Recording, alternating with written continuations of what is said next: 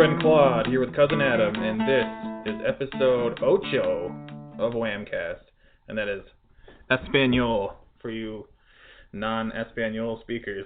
I can kick it Spanish style. That's fine with me.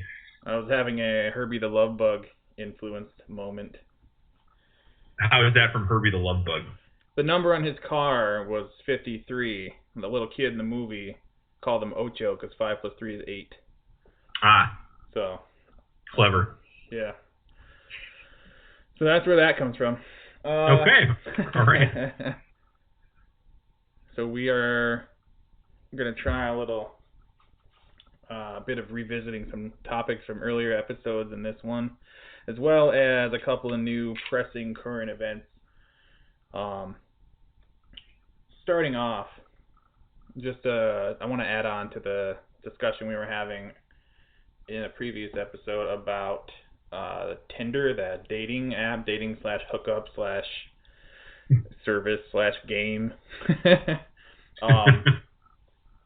Well, like I was saying yesterday or earlier in the week or whenever it was, I noticed that when you get a match with somebody on there, it asks you if you want to send this person a message or if you want to keep playing, which obviously I guess you can take to mean that they consider it to be a game, so while you can get some very tangible real world results from it, it just seems like almost by design it's meant to be kind of frivolous. So if there's any doubt about that, I think that answers the question. Yeah, I don't really have anything to add to that. Like you said, it does seem to be frivolous by design, and they weren't really taking themselves seriously, I don't think, when they were making that. They're just like, hey, here's a stupid thing to have some fun with and be superficial. So, hooray for them. Who actually makes Tinder? Is there like a company that, they don't really make Tinder, but they developed it and put it out there? Right. Let's see if we can look it up, shall we? Just out of curiosity. Because I guess it'd be funny if it was like just a flat out fucking game designer or whatever. I think it'd be funny if it were something like, eHarmony's like development division or something like that. Like, yeah, let's do this Tinder thing. It's completely the opposite of what we do. I don't know. I thought that'd be pretty funny too. Yeah. It's some company called IAC, Interactive Corp. So, I don't know. Yeah, that doesn't mean anything to me. Okay. Good old Wikipedia does say that they have been criticized extensively for their appearance-based matchmaking process. Many have labeled it shallow, superficial, and vain. But obviously, I think you know that before you even download the fucking app. Yeah, that's what I would think too. I mean, you kind of know what you're getting into, I would think. But, yeah. All right, so we have a little bit of an update on the Daredevil trailer we talked about for the Daredevil series on Netflix. What did you have to add for that?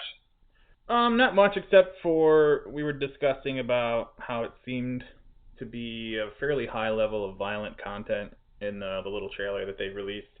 And in the following days, I saw it announced that it's going to have a TVMA rating attached to it. So it's evidently, there's your confirmation that it is absolutely going to be, I guess as violent as they can make it.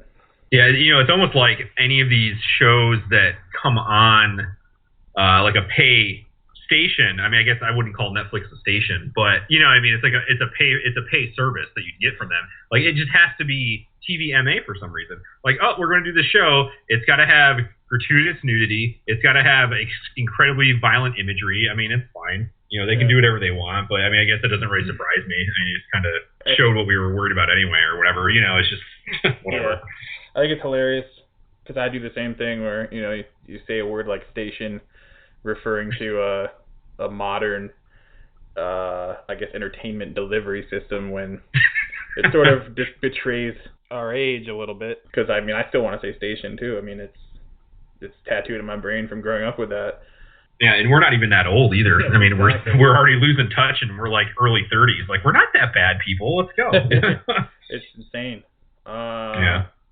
But I mean, I don't know. I think like on one hand, I could appreciate, having pursuing whatever a TVMA rating. I mean, I don't know. I still think ratings are stupid.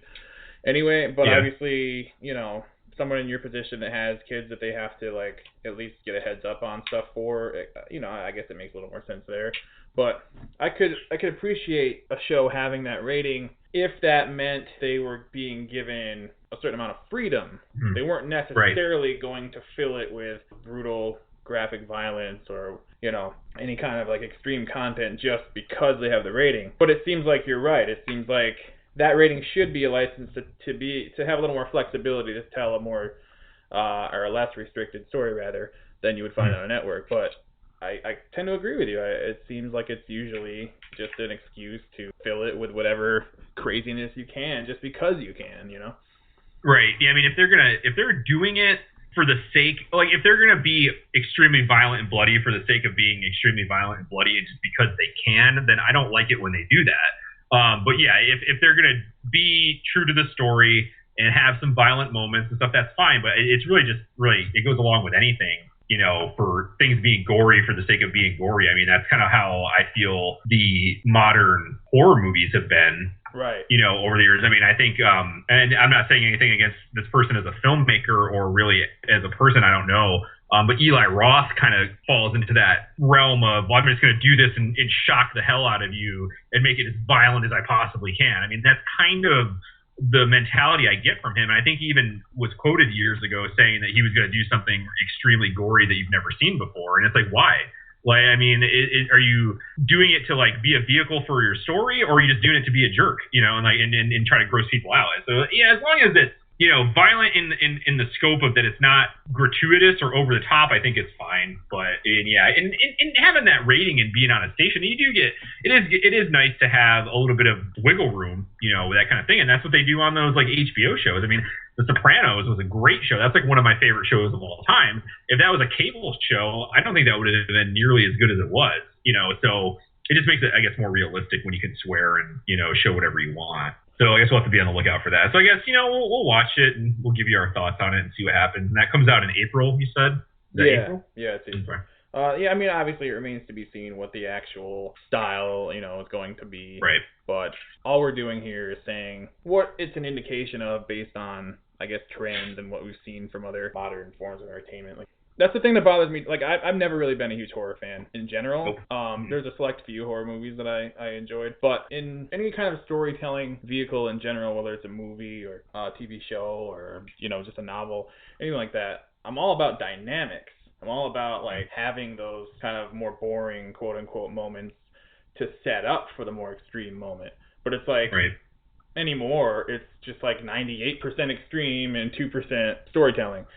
Right. It desensitizes you to a point, but it also just numbs you. It's just like, it's like only eating, fucking ghost peppers every day, and then you go to eat a bowl of oatmeal, and it's like it's like you're putting cloth in your mouth, it doesn't even register as food. What's the point? That's pretty extreme in itself right there, pal. The ghost chili, the worst thing ever. But yeah. All right then. Yeah. I guess it just remains to be seen. And if any, and I won't be surprised if it's ridiculously over the top violent. I think I'll be more surprised if it's done a little more tactfully than if it was, crazy. So agreed. There we are. All right, we got one little other follow-up from our last episode. We talked about vaccinating your children and the controversies over that, and mainly this topic has come up because of the measles outbreak. So we told you that we were going to look into it and kind of figure out where this happened from. So I did go visit the website for the CDC. That is the acronym for the Center for Disease Control and Prevention. I went on their website, and they did actually have quite a bit of information about the most recent outbreak. They said that it likely, they've narrowed it down that the cases started coming out of Disneyland in California, not to be confused with Disney World in Florida. But they think it was likely started by a traveler who became infected overseas with measles, then visited Disneyland, and then while that person was still infectious with the disease, and that caused the spread of it. However, they haven't found the actual source of it, like who it was or where they came from. But they traced a lot of these cases back to Disneyland, so that's where I think it started. and they did an analysis. The CDC scientists did an analysis, and they showed that the measles virus that's being spread around right now is identical to the virus type that caused the large measles outbreak in the Philippines in 2014. And I guess from January 1st of this year to February 6th, 121 people from 17 states and Washington, D.C. were reported to have measles. 103 out of the 121 are linked to the before-mentioned Disneyland outbreak. So there are a few, it looks like, isolated cases that didn't come from Disneyland, but the majority of the outbreak this year was originated in Disneyland. I'm not really sure. I should have looked it up. Maybe you know, I don't know. What qualifies as an outbreak? Obviously, it's the number of cases reported in a certain period, but I'm looking probably like around 100 is what I would think would be the outbreak. I'm not really sure. I wouldn't know based on sheer number. Like, I wonder if that is how they define it, is like you reach a certain number. And I don't know. Right. Well, I'm assuming it's probably a certain number in a certain time period. I mean, if you had 100 cases of measles throughout the year, I don't think they'd count that as an outbreak because that's basically, a couple of months. But in this case, it was, like I said, in about a month's time period, there's about 121 people infected with measles. Related to that, they were talking about the outbreak in 2014 from the Philippines, but there were actually 23 documented outbreaks in 2014, and one of the largest was it was 383 cases, and they said it occurred primarily among unvaccinated Amish communities in Ohio, which makes complete sense because, the Amish basically have shunned modern society and they live, a more simple life. And, that's fine, be that as it may. But tying into that, a lot of the facts they were talking about, the majority of people who get measles are unvaccinated. Now, and that's not saying if you're vaccinated, you're just basically safe from it. I know that when they first started developing these vaccines, I believe it was in the late 80s or early 90s, they were seeing people or children getting measles after they've been vaccinated, so they started giving them the second booster. And basically by the year 2000, they've completely eradicated measles in the United States. But measles is still common in many parts of the world, including major countries in Europe, Asia, and Africa. And typically you get measles outbreaks here because travelers come to our country or people from our country travel to these places and contract it and bring it back.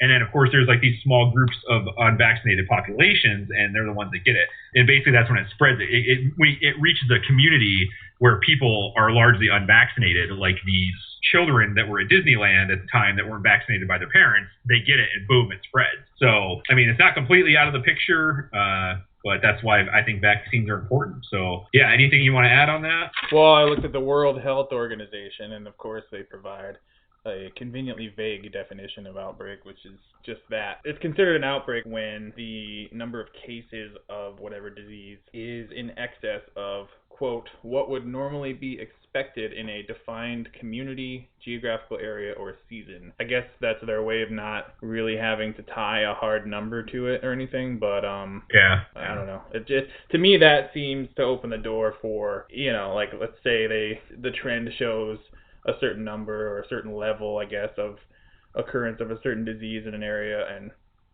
let's say there's like 5 more than normal. I mean, technically that's an outbreak. Right. I guess it's better safe than sorry and something like that, but it seems to fall on the side of being a little bit alarmist, but maybe that's just my interpretation of it. Well, here's another weird fact. The shot that you get is called the MMR shot, which stands for measles, mumps, and rubella. Interesting fact, this year in the National Hockey League, there was an outbreak of the mumps. And I know 1 or 2 New York Rangers players, which is our team, we bleed blue, they... Yeah, right. They actually, 1 or 2 players on the Rangers contracted it. So that was kind of weird, too, that it was spreading around the NHL. But, of course, it makes sense because, you're in a locker room, that's not the most sanitary of places, and hence you get mumps. And it's kind of weird that, these things are just kind of cropping up again. And, of course, you only hear about that because NHL is a professional sport. It's on TV. It's not a big of an audience as the other sports, but it's still got a pretty big audience. So then, of course, you start hearing about stuff when it comes into pop culture. So. Right. Well, honestly, I think the story with the measles probably wouldn't have been as big as quick if it wasn't involved with Disneyland. Right. For the same reasons. I don't know. I mean, just to play devil's advocate, like I did a little bit in the last time we discussed this. I still agree that proven vaccines like measles, like the MMR shot, are not really open for debate. Kind of, very important to partake in. But I sort of understand where people who don't necessarily feel comfortable doing it are coming from. It's real easy to be labeled a conspiracy nut or, anything along those lines, anytime you show any amount of even questioning, just asking more questions about something that is considered official government information. And I question a lot. I question almost everything all the time. And it would really be a lot easier to swallow, things like that, if there weren't so many documented cases of the government actually misleading the public. True. I think that the people that refuse things like measles vaccinations are not necessarily in the right, but I think that they're not necessarily wrong to ask questions about it either. No, definitely not. I mean, a lot of things you look at, you have to have skepticism. I was reading an article by one of our favorites, Glenn Greenwald, on First Look Media's The Intercept website, and this has nothing to do with disease, but it was just, there was some other trumped up case of someone being arrested for terrorism, and it's almost like the FBI had basically baited some person to take part in a terrorist plot that they made up so that they could arrest him for it. I'm like, that's such bullshit. Like, you got to be kidding me. So, I mean, you're right. You got to look at it. I think you do have to be skeptical about a lot of things. And I understand that completely too. I'll ask you this question.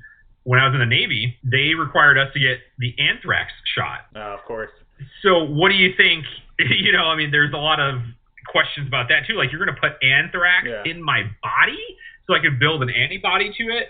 I mean, it's crazy. And I knew people that actually refused to get the anthrax shot. Yeah. And of course, they got in trouble for it. They had to go to captain's mast, which is what we call non-judiciary punishment. Basically, the captain of the ship just punishes you for doing something wrong.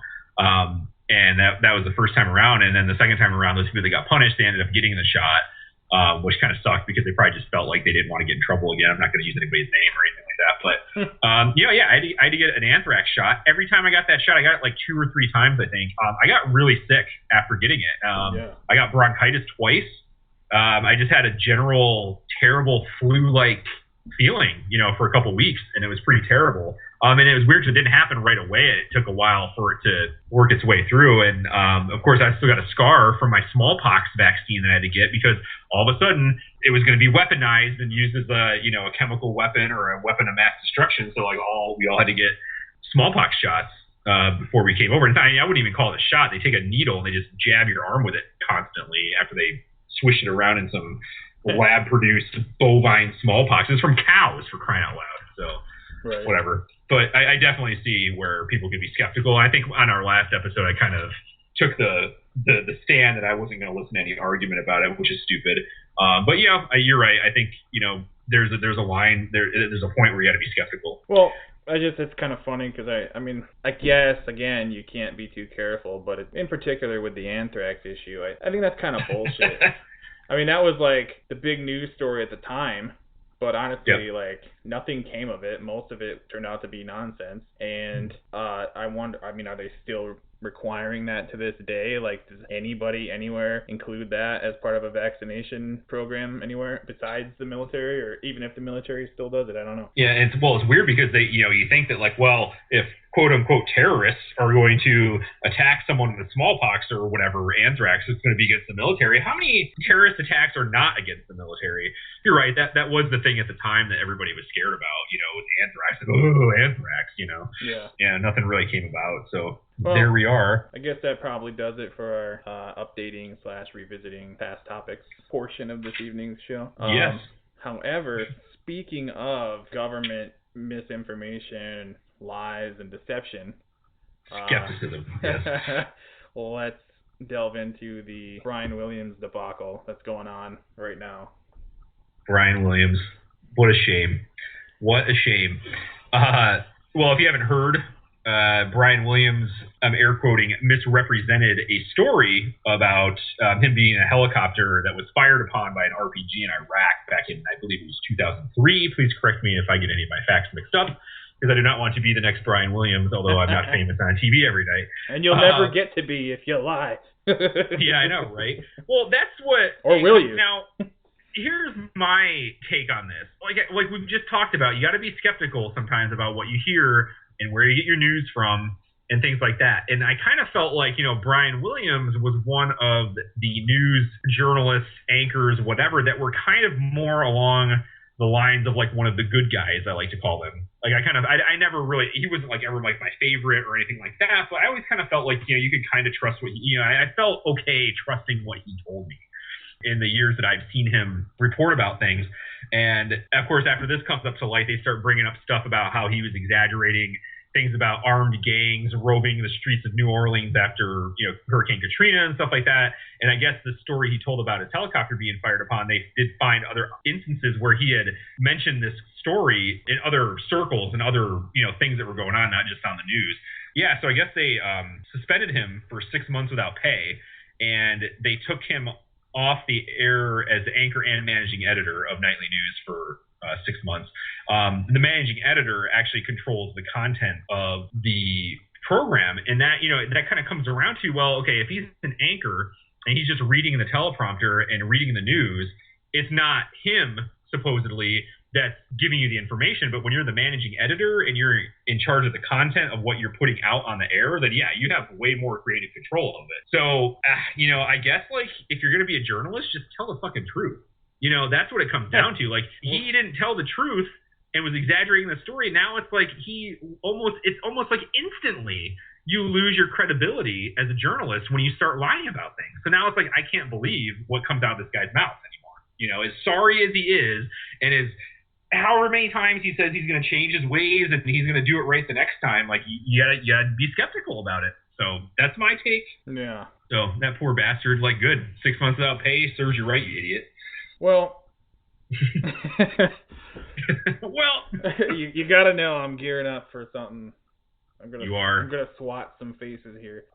Where do I even begin with this? I don't really expect any amount of credibility anymore from anybody who is part of the quote-unquote mainstream media. Uh-huh. Journalism on any major network simply doesn't exist and hasn't for quite a long time, in my opinion, true journalism. So it doesn't really surprise me because of that. And yeah, obviously, I mean, that should be rule number one. As a journalist, as a true journalist, that's your job to document factually what is happening in the world around us. So obviously, his default setting should be telling the truth. So I mean, you can look into why he did it. I mean, did he feel like he had to? Like, I don't know. I read one article that sort of indicated that when he's been telling this story for years, and when he had first started telling it, he told it as it happened, and then just over the years, it kind of got embellished little by little until it became a far more interesting account of him being in the middle of the violence as opposed to just sort of being there when it was happening to somebody else. But my bigger issue with all this is the fact that, honestly, he's essentially being used as a distractionary scapegoat to divert attention from the real story, from the larger lie that the entire Iraq war was based on. The whole reason he was over there in 2003 was because of a gigantic lie about weapons of mass destruction and implying that Saddam Hussein sort of had loose involvement with, Al-Qaeda or September 11th. I mean, at the time, in 2003, 70% of the American public believed that Saddam Hussein had personal responsibility in September 11th. Did anybody in the mainstream media go out of their way to really correct anybody on that or shed light on the fact that they weren't related? Not for at least 10 years. They were all part of it. So to make an example out of Brian Williams, yeah, obviously it's wrong. There's no question. But, to make an example out of him for such a silly thing, ultimately, when you boil it all down, it's kind of infuriating. It reminds me of what happened with Dan Rather, except Dan Rather, actually had sources for the thing he reported about George W. Bush draft dodging or whatever it was. But he was actually fired. I don't know. It makes me really mad. Because everybody, if they're holding Brian Williams' feet to the fire on something like that, then everybody who works at NBC or any of their affiliates who, allowed people to be misled into thinking that Iraq had anything to do with the events of 9/11 or Al-Qaeda or any kind of terrorism related to that should all be fired. If everybody's getting fired, then fine, let's fire Brian Williams or let's suspend him or whatever it is. But to just send him out there as the guy who takes the fall, it's bullshit to me. Yeah, I mean, I get that, like the bigger picture side of it. Like, yeah, that's totally stupid. Like, why would you make an example out of him? I just think, for me on like a personal level, if I'm going to listen to your news, like, I don't want to have to question whether or not you're lying about something. And you're right. Like, what he lied about, I mean, it's not really a relevant issue. It's stupid, like yeah. it's like his own personal war story Right. that he's exaggerating. He didn't go out there and, point out like some like high-ranking official that was doing some kind of misconduct and then it turned out to be wrong and then fire. You know what I mean? It wasn't an issue with anything like that. It was a personal story of his that he was telling, and it's just like, why is it even considered to be news, or why are you even telling the story unless you're just like bragging to your friends about it or people in your circle? Right. Like, I was in Iraq and our helicopter got shot at. Actually, it was a helicopter in front of us. But so I get that. Like, it is a trivial issue. Like the content of what he was talking about is trivial to anybody. Like, it doesn't mean anything. But yeah, I don't know. You're a liar too, so whatever. Well, I mean, like you said, it's not just a straightforward lie. Right. I mean, like you said, it's probably something that it got just exaggerated over time, and then it turned into the truth, and you're just like, whoops, I guess I didn't remember it the right way or something. But yeah, I mean, I think he's wrong. You should never, especially as somebody who's supposed to be a journalist, should never really have any license to misrepresent anything, honestly. But I don't know. It's to the point where I assume not only him as an anchor, but any of his colleagues on any of the major networks are always lying every single time they're on TV anyway, because of who their corporate bosses are, what those companies' interests are, and what stories they're being fed in their earpiece to tell everybody, Right. So I don't know, I'm not really surprised, I'm not really offended, I'm just angered that it's yet another means to distract everybody from the man behind the curtain, essentially. Right. Did you ever see that interview that Reza Aslan did for Fox News when he wrote that book Zealot about, it was like the life of Jesus Christ or whatever? Did you ever see that on Fox News? There's like that one anchor woman was like asking him about it, and it was just this really painfully awkward interview for her. I might have. It sounds kind of familiar. Yeah, basically, he wrote a book about Jesus because he's like a biblical scholar, basically. And the first question that comes out of her mouth, because of course this is Fox News, so they're always looking at some stupid angle. She asked him, isn't it like, well, it's basically she asked him like, well, if you're a Muslim, why are you writing a book about Jesus? And he was like, well, I'm, a scholar. I have degrees in this and this and this. It's like my job to study religion and whatever. And she's like, yeah, but don't you think it's weird that you're Muslim? And she's like, he's like, I just wrote a book and I just happen to be Muslim, And it's the same kind of thing. That woman had an earpiece in her ear and they're basically telling her, ask him this question. And she's just kind of like, okay, what is it, blah, blah, blah, blah, blah. I'm just regurgitating what whoever's in this room over here is telling me what to say. And it's like, but why? Like, it doesn't even make sense. It was just a really painfully awkward interview. You should look for it. It's really funny. Basically, of course, he smacks them down with, like, their ridiculous questions because, as Reza Aslan, he's a pretty smart guy. He's a thinker. You know what I mean? But it was just really awkward.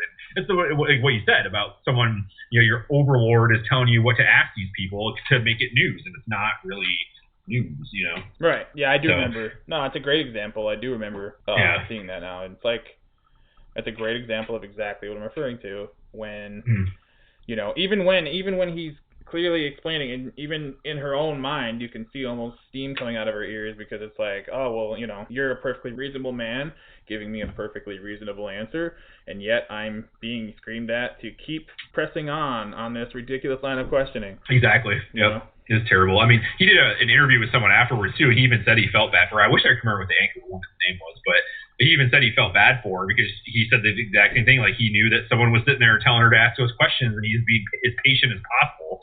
But, having to answer the same thing 8 times, you kind of get a little like, this is a waste of my time, because we're not here to talk about my credentials. I mean, yeah, you want to know what someone's credentials are when they write a book about something, especially something as, a hot button topic as religion. But the guy's like a biblical scholar. He has degrees in like, studying the Old Testament and whatever. He's definitely an expert in his field. So it's like, right, chill out, pipe down.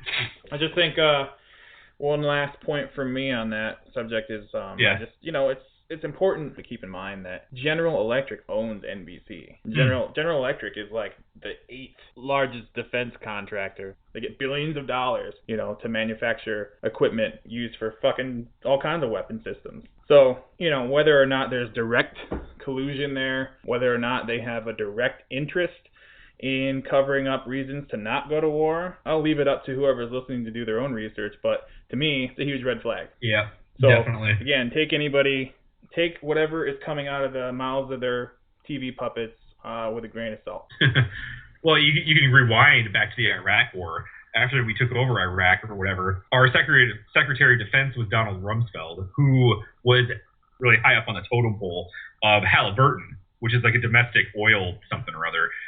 Who do you think got the no-bid oil contracts as soon as we took over Iraq? Halliburton got them. So you're telling me there's no interest, like there's no special interest behind that war? Where it's like, oh, we need to get rid of this horrible dictator that has tons of chemical weapons he's going to unleash on the world. Actually, we just want the oil for really free, but we're going to make up the story to do it. So that's exactly what it sounds like, you know. But then, like, now we're at the point, well, where it already happened, let's just move on or something. It's ridiculous. But yeah, good point. It's a huge rat's nest of corruption, and I don't know if it's nepotism, but definitely favoritism in terms of who gets these contracts for what and what the motivation is behind, like, what politicians are secretly involved in defense companies, and, you know, on and on and on. I think you might have been thinking of Dick Cheney. Yeah, who did I say? Rumsfeld? Oh, yeah, Dick Cheney, not Rumsfeld. You're correct. Thank you. Yeah, he was the vice president then. Yeah, not the Secretary of Defense. Basically, right up until Bush won the 2000 election, Dick Cheney was the CEO of Halliburton. So he was the CEO. See, yeah. I don't even have my facts straight, but I knew there was something. I connected a dot somewhere there. But, from 95 to 2000. Yep. So yeah. I guess we're not gonna. I'm not in line to take over the Daily Show for Jon Stewart when he retires. So hey, perfect lead-in. What do you think about Jon Stewart retiring there? I don't know. I honestly haven't watched The Daily Show in a long time. You know, I'm obviously very familiar with it. I say obvious, but I don't know why it would be obvious to anybody. I'm very familiar with it. I've, you know, watched it quite a bit over the years. I never really bought into the cult of The Daily Show and Jon Stewart and Stephen Colbert and that whole thing as much as a lot of people seem to. You know, I was always entertained by it. They churned out some really, you know, top-notch talent over the years, which is, you know, that's undeniable. I mean, Steve Carell got a huge boost from that show. Obviously, Stephen Colbert, I mentioned.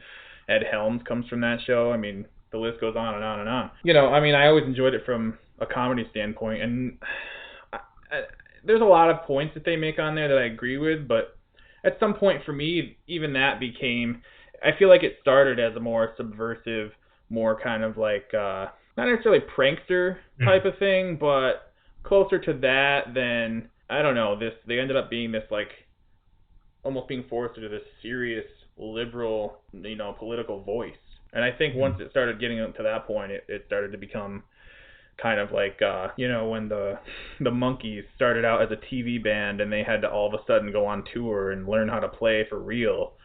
You know, it started like Mickey Dolenz from the Monkees always makes the joke that it was like Leonard Nimoy actually becoming a Vulcan. It's sort of, to me, it falls into that category. But it'll be interesting to see how they handle it for sure. Yeah, it's well, you know, like I even mentioned it today. Like, you know, I thought at one point Brian Williams was one of the good guys.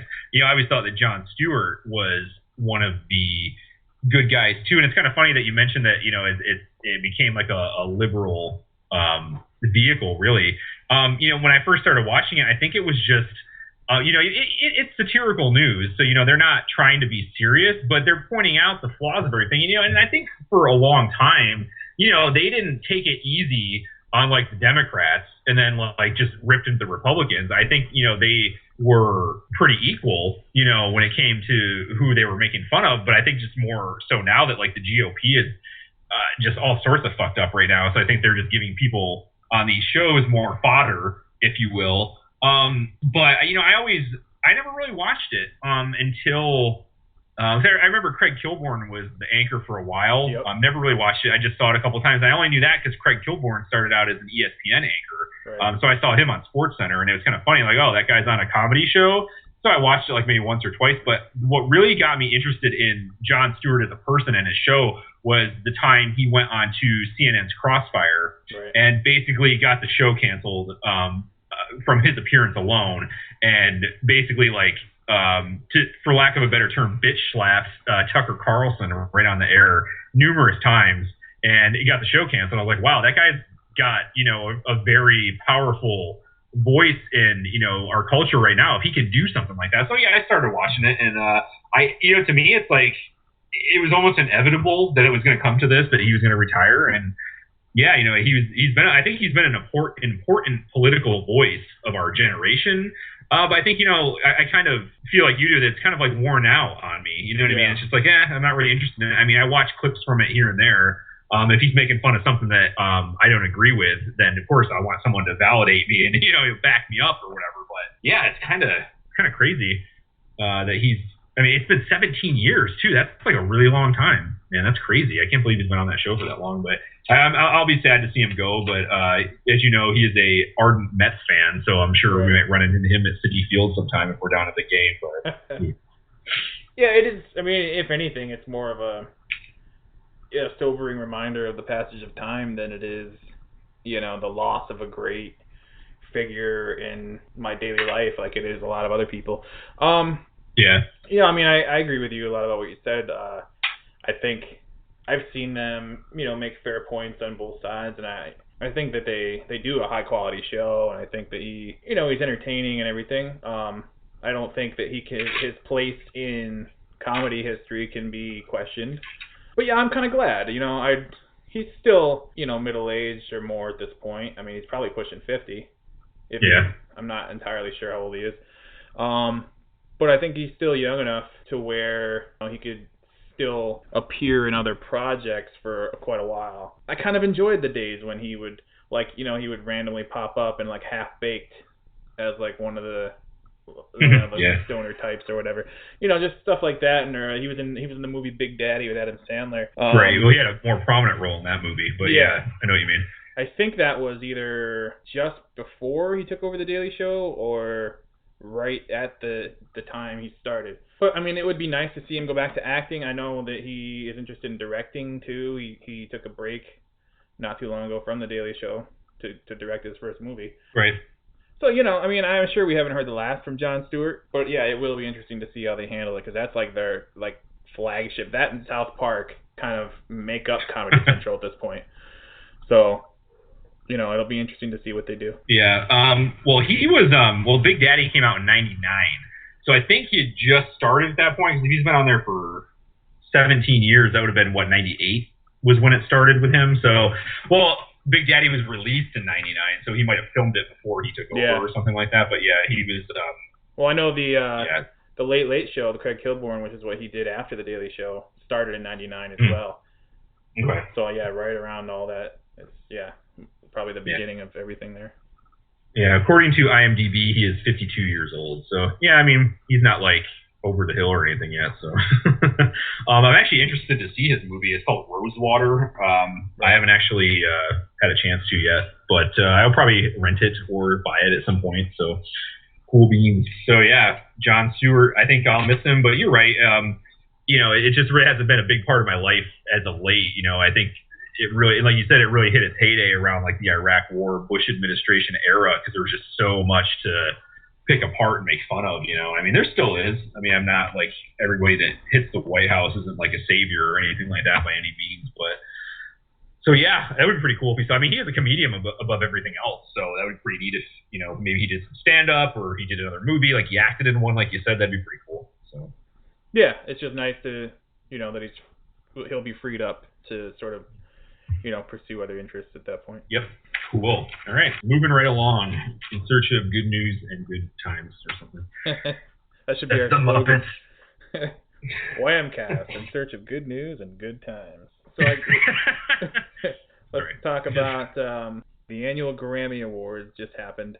Last week or this weekend? I'm not quite sure. Very recently. Before we talk about this, yeah, it was Sunday, I think. Right. Before we talk about this, just let me put in there, I'm definitely down with talking about this, but when I saw that the Grammys are on, I could not give two shits that the Grammys are on TV. But let's get into it. Go.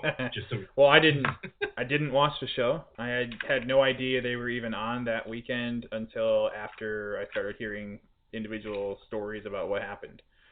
So yeah, it's definitely not something I follow. as we've sort of touched on in previous episodes, I for one am mostly out of touch with whatever current popular music is, and honestly have very little interest. But I will admit to being kind of a fanboy of Sia, the one singer who does Chandelier, that song that's everywhere with the little girl dancing in the video. And so it sort of relates in a way to another past topic, because for some inexplicable reason, Sia's performance on the Grammys had Kristen Wiig in it, playing a very prominent performance art / dancing role. I don't know how familiar you are with her, or the song, or have you seen the video for that song? On a scale of 0 to 10 about my familiarity with that song, I'm at a 0. Okay. So I have not heard of it. I'm sorry. Okay, so you don't really even know about like the crazy dance in the video or anything the little girl does or whatever? I do not. Okay. You can demonstrate for me right now if you want. I mean, no one else is going to see it, but... Right. At this point, I probably could do a fairly decent reenactment. Well, basically, Sia is somebody, I think she's Australian, and she had an earlier career. Even as recently as 2010, she was consistently putting out albums, but never really got a whole lot of traction internationally. So she started writing songs for other more famous people. Okay. She wrote songs for Rihanna. She wrote songs for Britney Spears. A couple other people. But then she, she was sort of done with, being an artist herself and just kind of content to write. But she was convinced by, I guess, her manager or, her handlers to give it one last shot with this album. And it kind of became a smash. The song Chandelier is, it's about her struggles with addiction and alcoholism. Okay. And the video is kind of controversial because she had an 11-year-old girl kind of acting as, not really inner child, but, the uninhibited version of herself that comes out when she gets drunk or whatever. And the little girl was put in a skin-colored leotard and did this crazy interpretive dance in a one-room thing. That'll be that. That's it. Yeah. I actually I have heard this. I did not know that was the name of the song, because when I heard the 1 2 3 1 2, I've definitely heard that on the radio. So yeah. I'm sorry. Continue with the. I'll stop watching. I just wanted to see what you were talking about. But well, yeah. Okay. But yeah. So I don't know. There's been countless. She's been on every late night talk show and almost every venue you can imagine for a performance to promote it. And the little girl, her name is Maddie Ziegler. She's sort of famous in her own right. She's on a reality show called Dance Moms, sort of take off on the pageant culture with little girls being pushed into things by their aggressive, overbearing moms. I'm sure that's on TLC or something, right? Yeah, honestly, I'm not sure. Yeah, it is one of those TLC, Lifetime, Bravo, whatever the fuck. One of those things. That station pisses me off too, but continue. Right.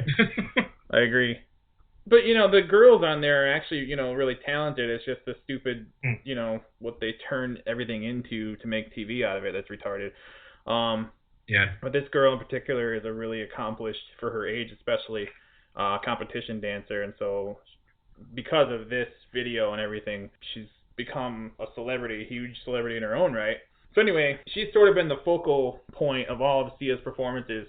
At some point, Sia decided to stop showing her face.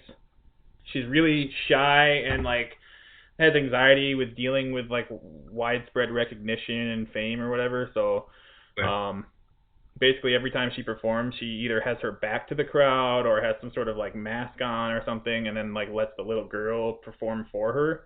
Okay. So from an art perspective, I appreciate it. I think it's cool and unique or whatever. But it was weird because when the Grammys came, arguably the biggest performance stage and the biggest exposure for not only Sia herself but for the little girl was going to be the Grammys. I mean, they had been announced that they were going to perform, I don't know, at least a month ago. So, come time for the performance, here's Kristen Wiig being put front and center. You can see that the little girl, it's sort of a more involved reenactment of the video. And you can see that the little girl was there on stage, sort of in the room with them, but she just kind of sat motionless for the first half of it while Kristen Wiig did the dancing and everything. And it was I got to give props to Kristen Wiig. She showed another dimension, she really kind of pulled it off. So it was kind of surprising. I'll give her some respect. But all that aside, why the fuck was she there? I mean, it just seems like a stunt and a gimmick when, this type of performing is already viewed by a lot of people and criticized as being gimmicky. So I don't think that it is, but when you do something like that, I'm starting to question it. And I just feel like it robbed Maddie Ziegler, the little girl, of her. She earned that moment, She did all the hard work for everything leading up to this. And I just felt annoyed. So I'm kind of torn between respecting Kristen Wiig's performance, but also, like, completely dismissing it because it's unnecessary.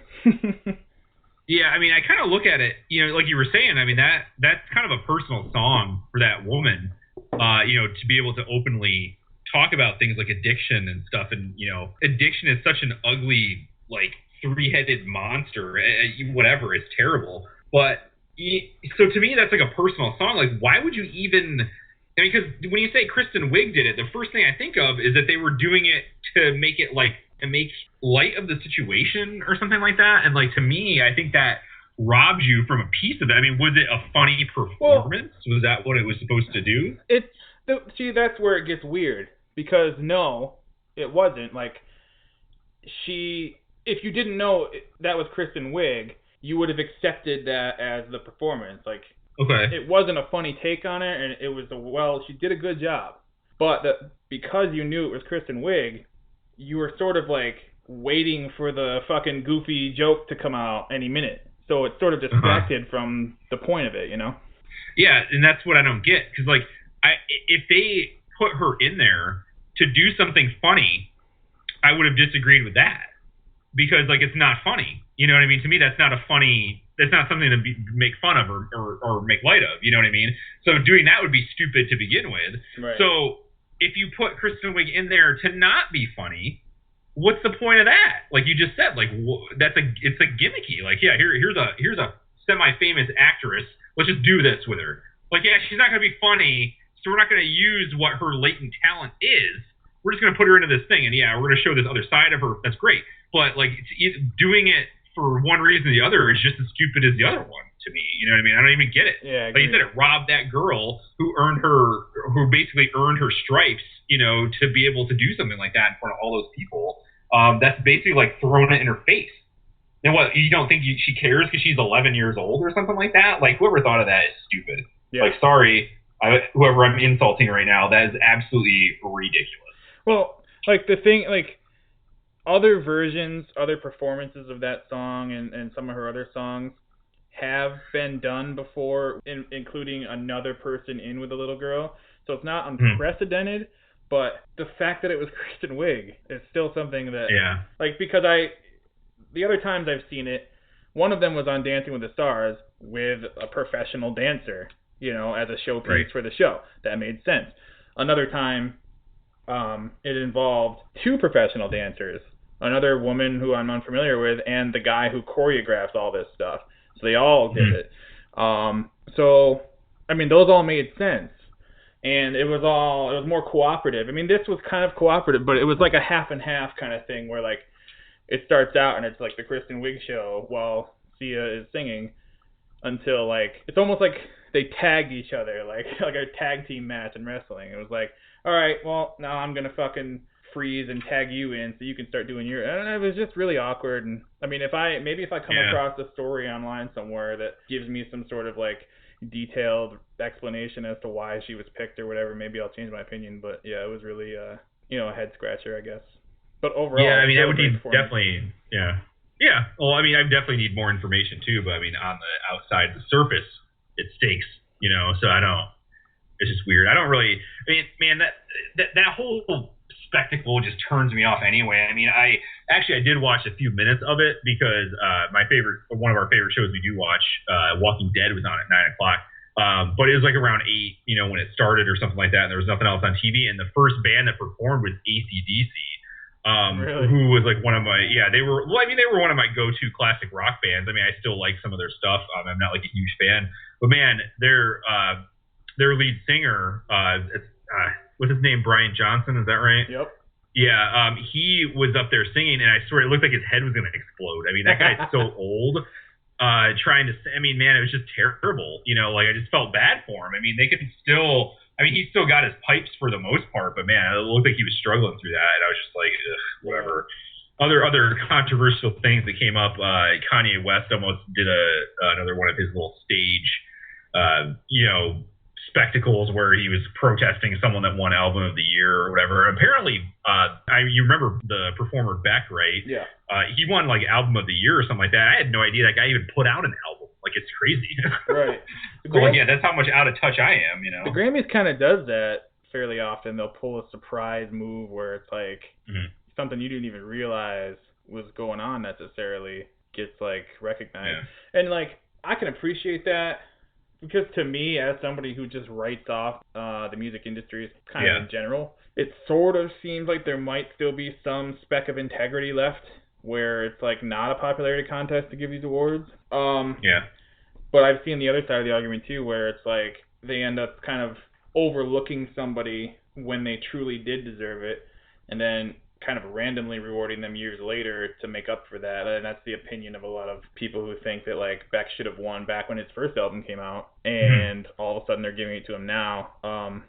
Similar thing happened with Herbie Hancock, the jazz musician. I remember that, yeah. A few years ago, yeah, they just randomly gave him, I think it was Album of the Year, some kind of large award kind of out of left field, when people think that he really should have gotten it in like the 70s or 80s. So, I mean, you know, again, there's two sides to every coin, but I guess I fall on the side of, I'm more on the side of liking stuff like that because it still has this element of anything can happen, and it still has an element of like, yeah, they really are basing it on merit and not just like, oh, the whole fucking, you know, country is into this person, or this person blew up iTunes so they get the trophy. And it's like, you know, I'm glad that that's not the case. If I were Jay-Z, I'd be wondering why the fuck Kanye West is so concerned with Beyonce's awards earnings or lack thereof. You know, this is the second time he's pulled a stunt at an award show, and it's the second time that it was about Beyonce's not winning something. Yeah. My opinion of the fact is, like, I'm not going to say that Beyonce Knowles is not talented, or that she is not popular, or that she does not know what she's doing, because she does all those things. However, I could care less that she won or lost Album of the Year, because, like, who cares? Like, that's not even, to me, that's not even music. You know what I mean? It's pop sounding noise. Exactly. And dancing, and it's a spectacle. You know what I mean? Like, I mean, you can argue that Michael Jackson was like that when he was popular in the 80s. You know, it was pop music, it was dancing, but it was actual talent. Right. And he was involved in all of his things. Like, he wrote his music. He knew how to produce his music. He knew how to dance. People didn't have to show him how to dance. He was a choreographer. You know what I mean? Choreographer, sorry. You know, I mean, there's a difference between that kind of pop music and the pop music that you hear today. So I could care less that she lost, and I'm kind of glad that Beck got it too. Like, for what you said, it kind of gives you that little twinge of hope that, you know what, maybe it isn't a popularity contest all the time. But then, you know, like you said, you got to look at everything skeptically too. It could be just because they wanted Beck to win an award they didn't win years ago, and they felt bad for him or something or whatever. But yeah, who cares, man? Like, really? Right. Yeah. Well, I mean, I think the Grammys are good for that. Like, when in the case of a Michael Jackson, when it's just an undeniable juggernaut, you know, obviously they're going to do the right thing. But I don't even know how I'm going to compare Beyonce to that, because obviously there is no comparison there. But the fact that the issue seems to be that, like, okay, so Beyonce put out an album this past year, like the billion and others that she's put out. Like, she's supposed to win simply because she put out an album? You know, even though I try to remove myself from what goes on in pop music, if something really big is happening, it's unavoidable. It still gets to me. I don't recall hearing anything about what a huge cultural force this latest Beyonce album was, so sorry, you know, talk shit. And if I remember right, Beyonce's won quite a few Grammys in the past anyway, so what's the issue here? In relation to the story, I thought it was kind of relevant and funny.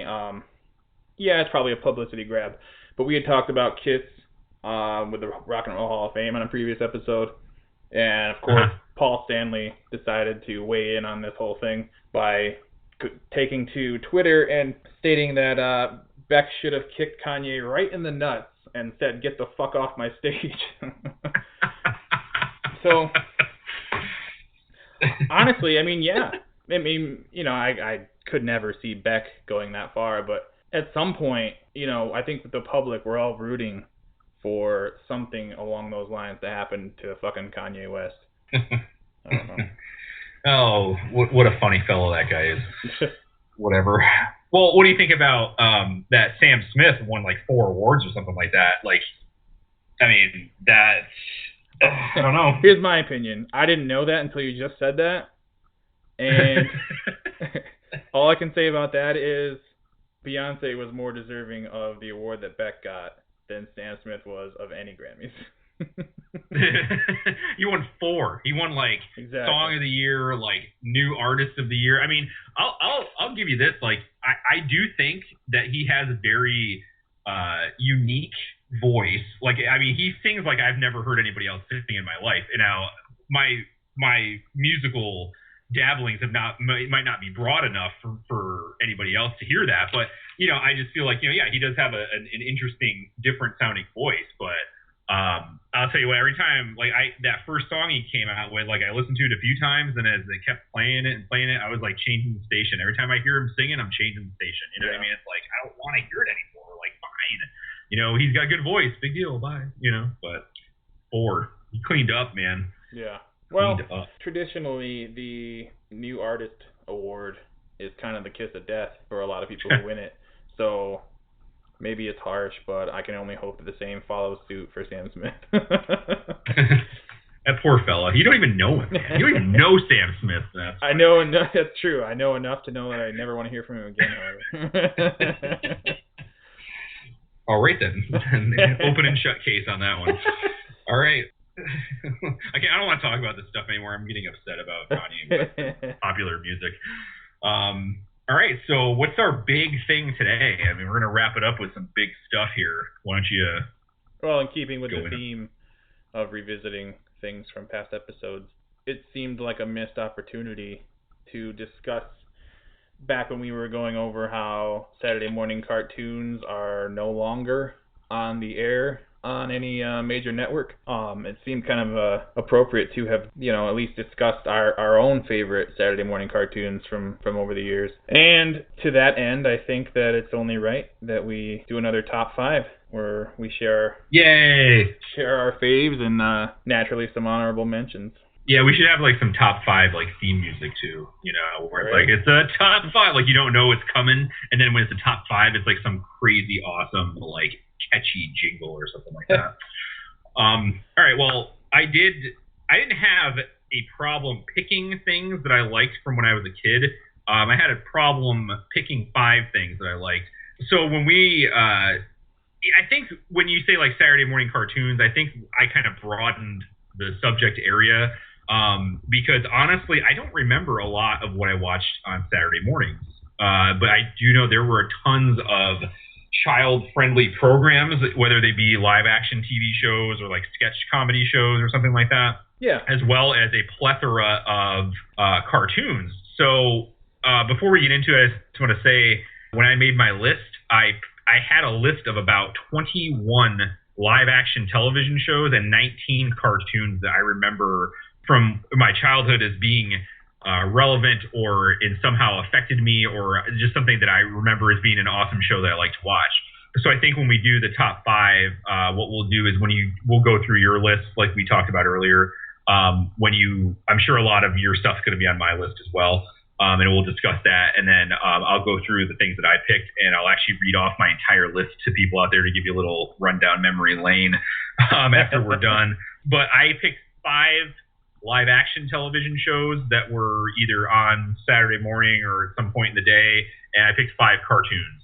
And I did pick, and it was hard to get that 5th one in there. I felt like one might have been more deserving of the other, so I did have a couple honorable mentions for the top 5 of each category, and then I'll just read the whole list off at some point. So, sir, go ahead and get to it. What are we going at? We're obviously starting at the bottom with number 5. What is your number 5? Well, I mean, I don't necessarily have a separate list for live action versus animation. That's fine. I overthunk it, so. I sort of have a mixture. I always pick some wacky things, but my number five is something that was only on for one season in 1988, and it is Superman.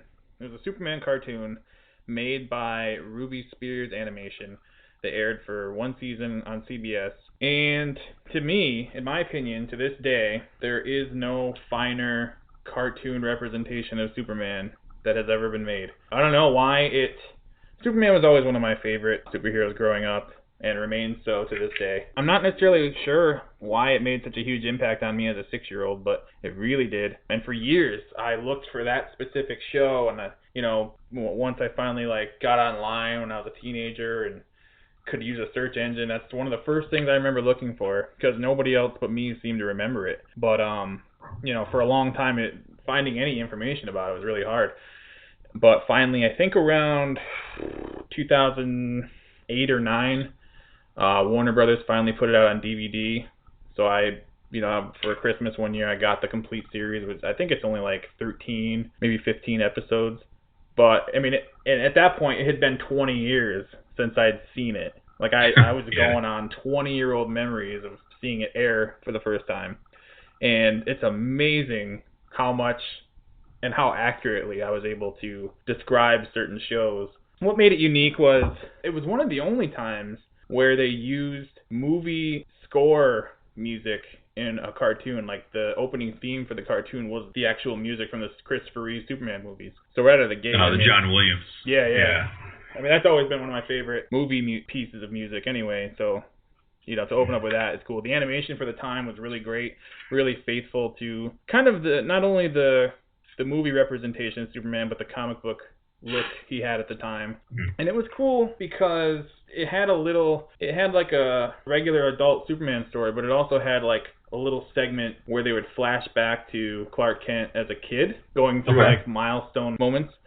One of the episodes had him at he was 5 or 6 having a birthday party with his friends, and he was using his X-ray vision to see through all the presents, and his mom would scold him or whatever, and another one had him taking his driver's test and using his super breath to he had to drive around these barrels, construction barrels, and he used his breath to blow them out of his way or whatever to cheat.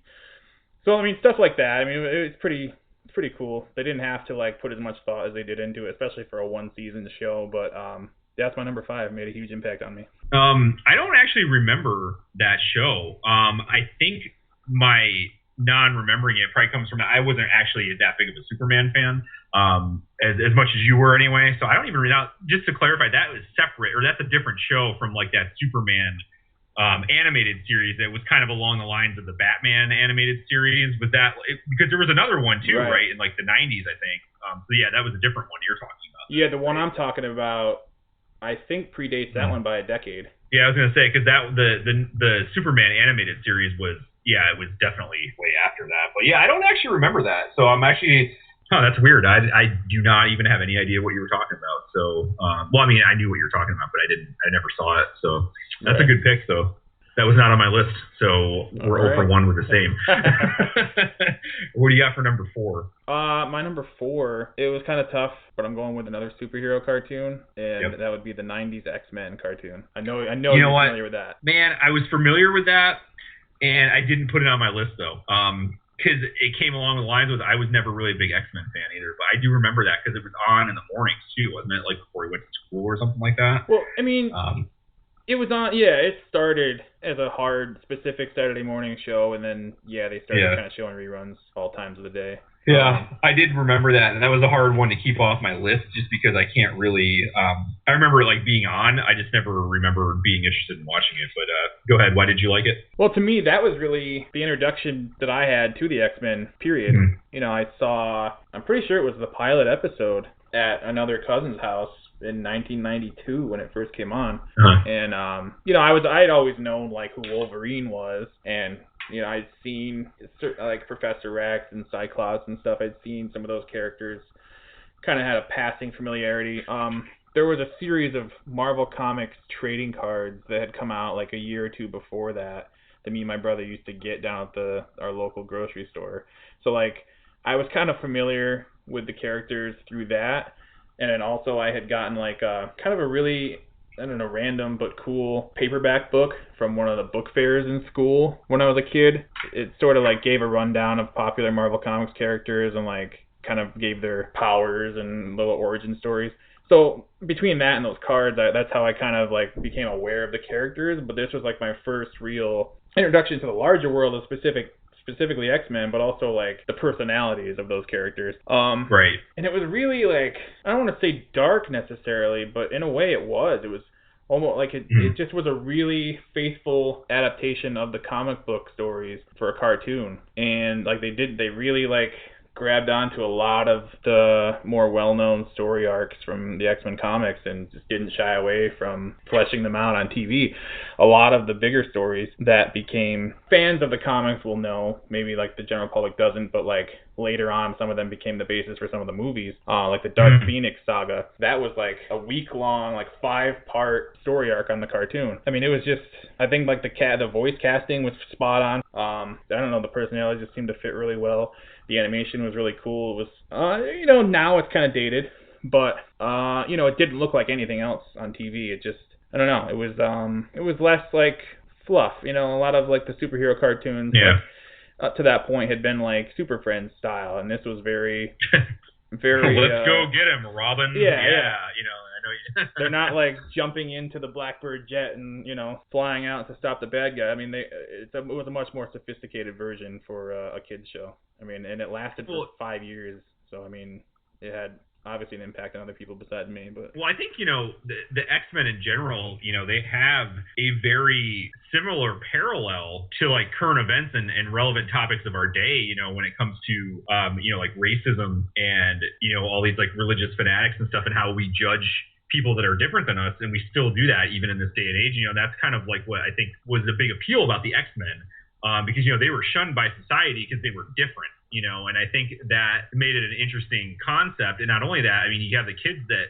are quote unquote nerds, and like they're not accepted by people like in their social circles in school and stuff like that. To have a comic that you can relate to where people are judged poorly based on just how they look or some difference they have. I think a lot of people kind of grasp onto that, especially the comic book culture itself, because now it's like nerd culture is just a part of popular culture. But back in those days, like it was still kind of like a little bit taboo. Like you weren't cool if you were a nerd, Right. But people like Kevin Smith and Comic Book Men and all these like Comic Cons and superhero movies now are all actually cool things to watch. So it's like, I think at that time, it kind of, like you said, it was an accurate representation of what the comic was like. So I get that. That was a pretty, it was groundbreaking, and the X-Men themselves are interesting characters. So I do remember that book that you had too, actually, when you mentioned it, with all the superhero bios in it.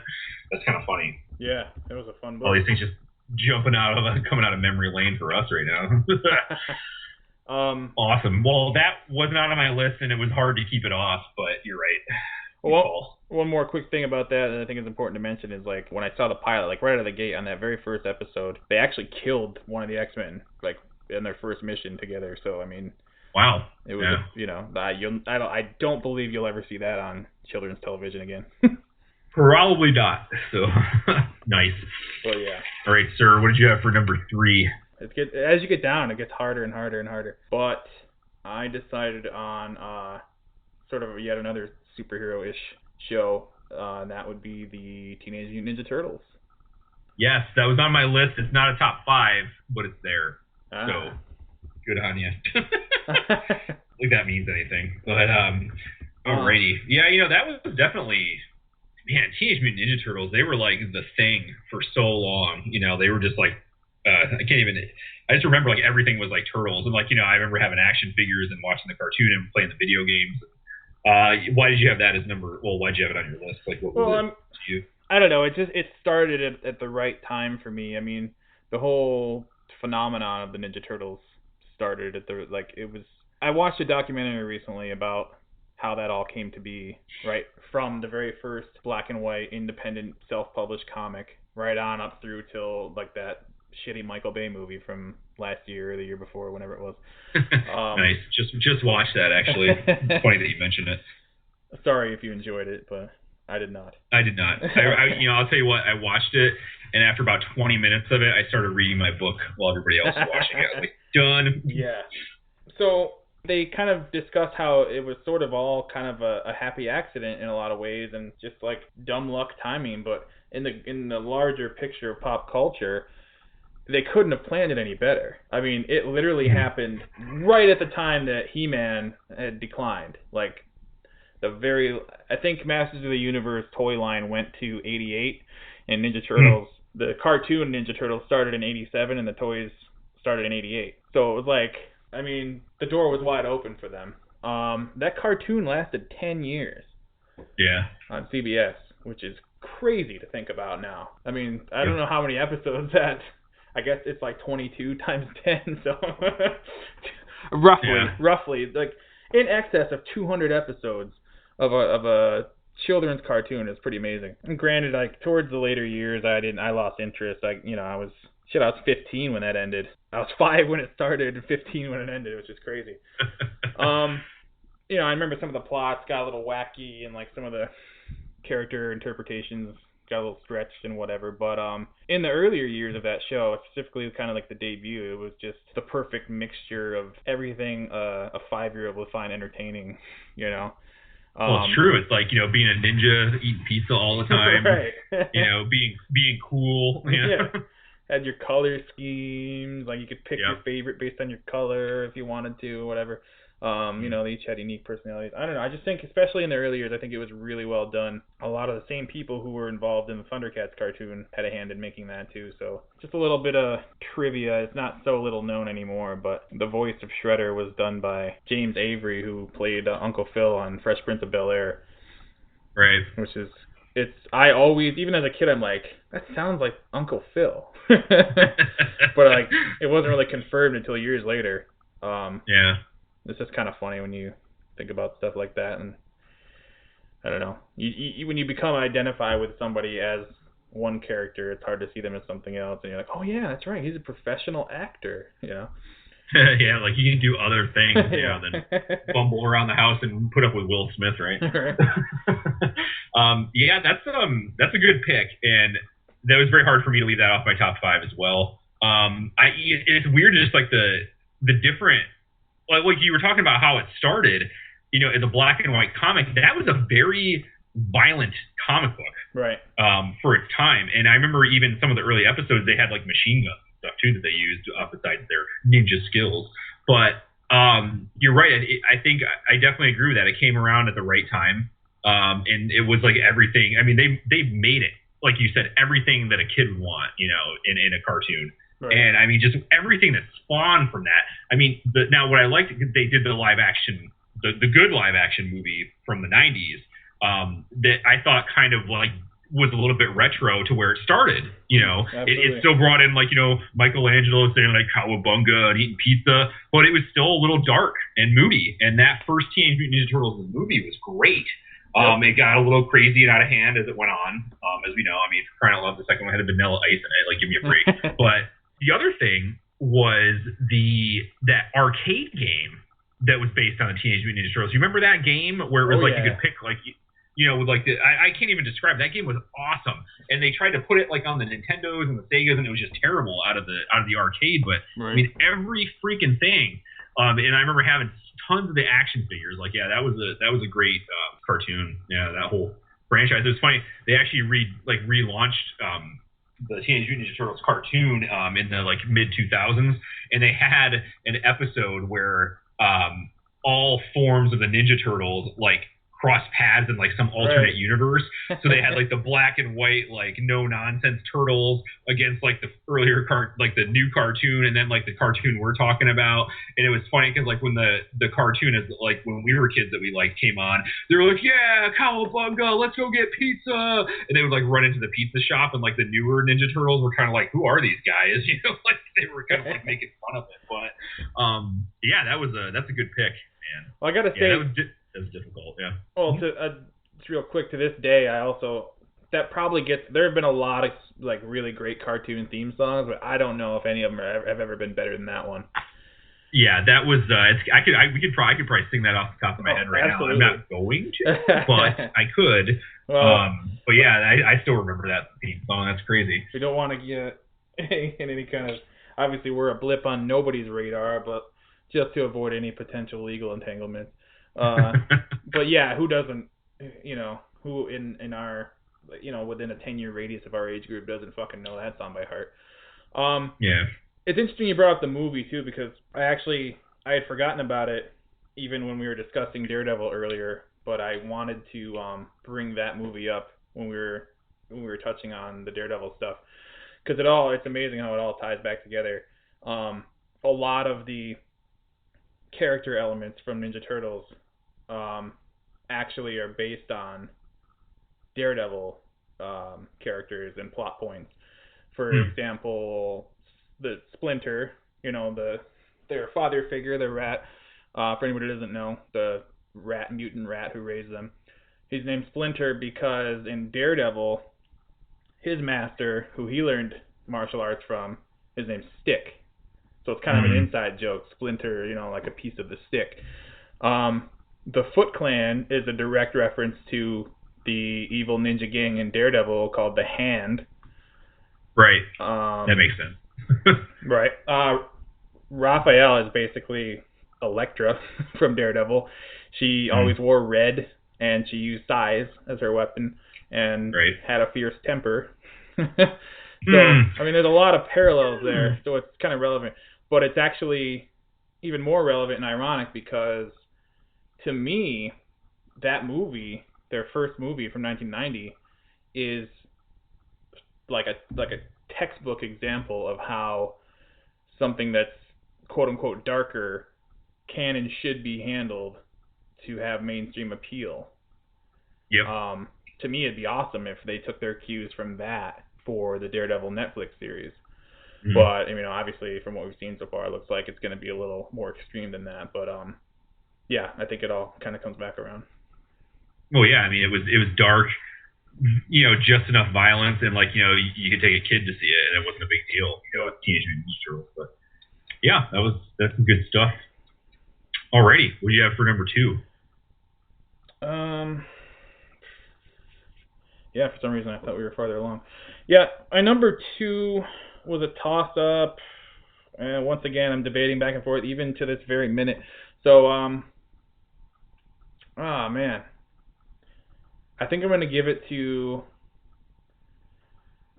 I'm going to give it to Muppet Babies. Okay.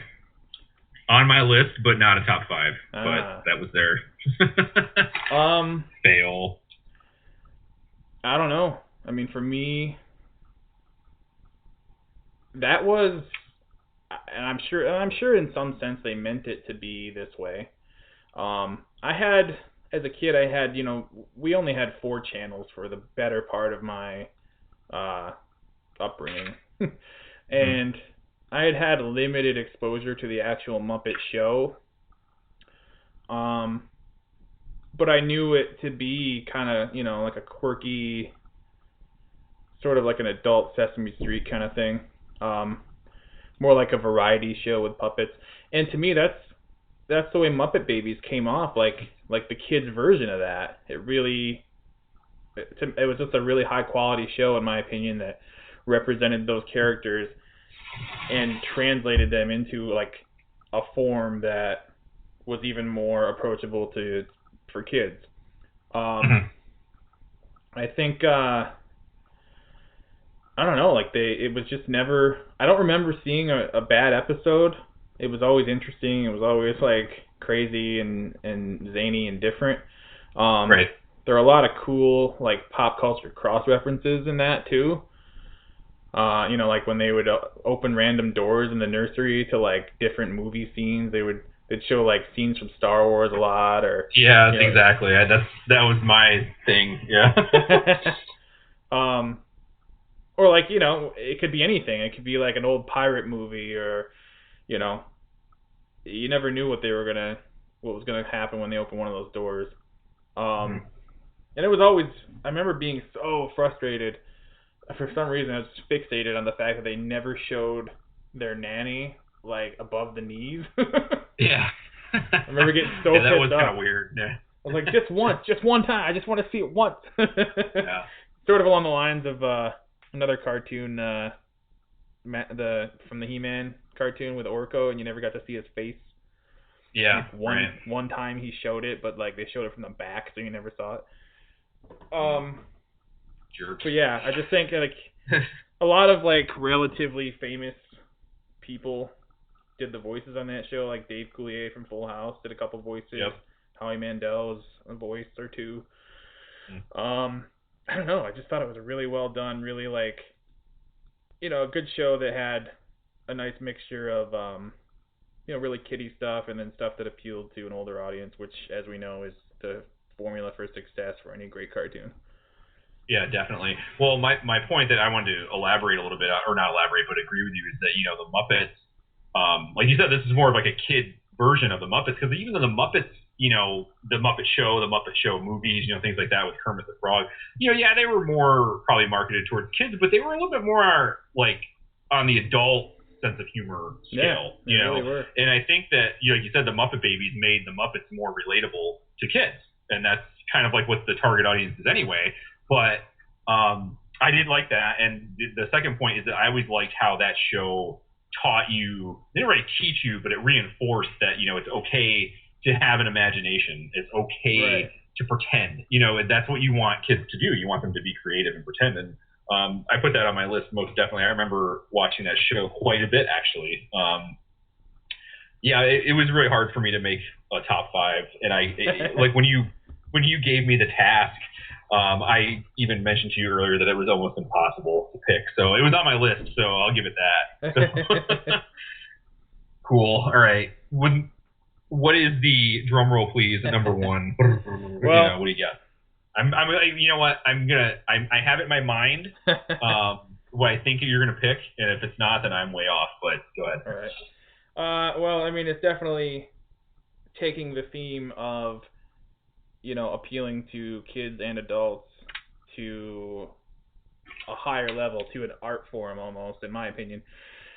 And that would be Garfield and Friends. Yes, that was my number 1 cartoon pick. You are correct, sir. Oh, we agreed. That's what you actually picked too, not just what you thought I picked? Nice. Nope. That was my number 1 cartoon pick with Garfield and Friends. Yep. Yeah. Have at it, sir. What an amazing fucking show. Yep. It didn't have to, and honestly, it's not just Garfield and Friends. Pretty much every animated form of Garfield, and by animated I mean traditionally, I'm excluding the computer animated movies of recent years, because I don't know enough about them to say whether or not they were on par with this stuff, but I'm just gonna assume that they weren't. Starring Brick and Meyer, how could it be terrible at all? Come on, man. There is one small sort of interesting piece of trivia relating to those movies and the cartoons. It's kind of ironic in a way.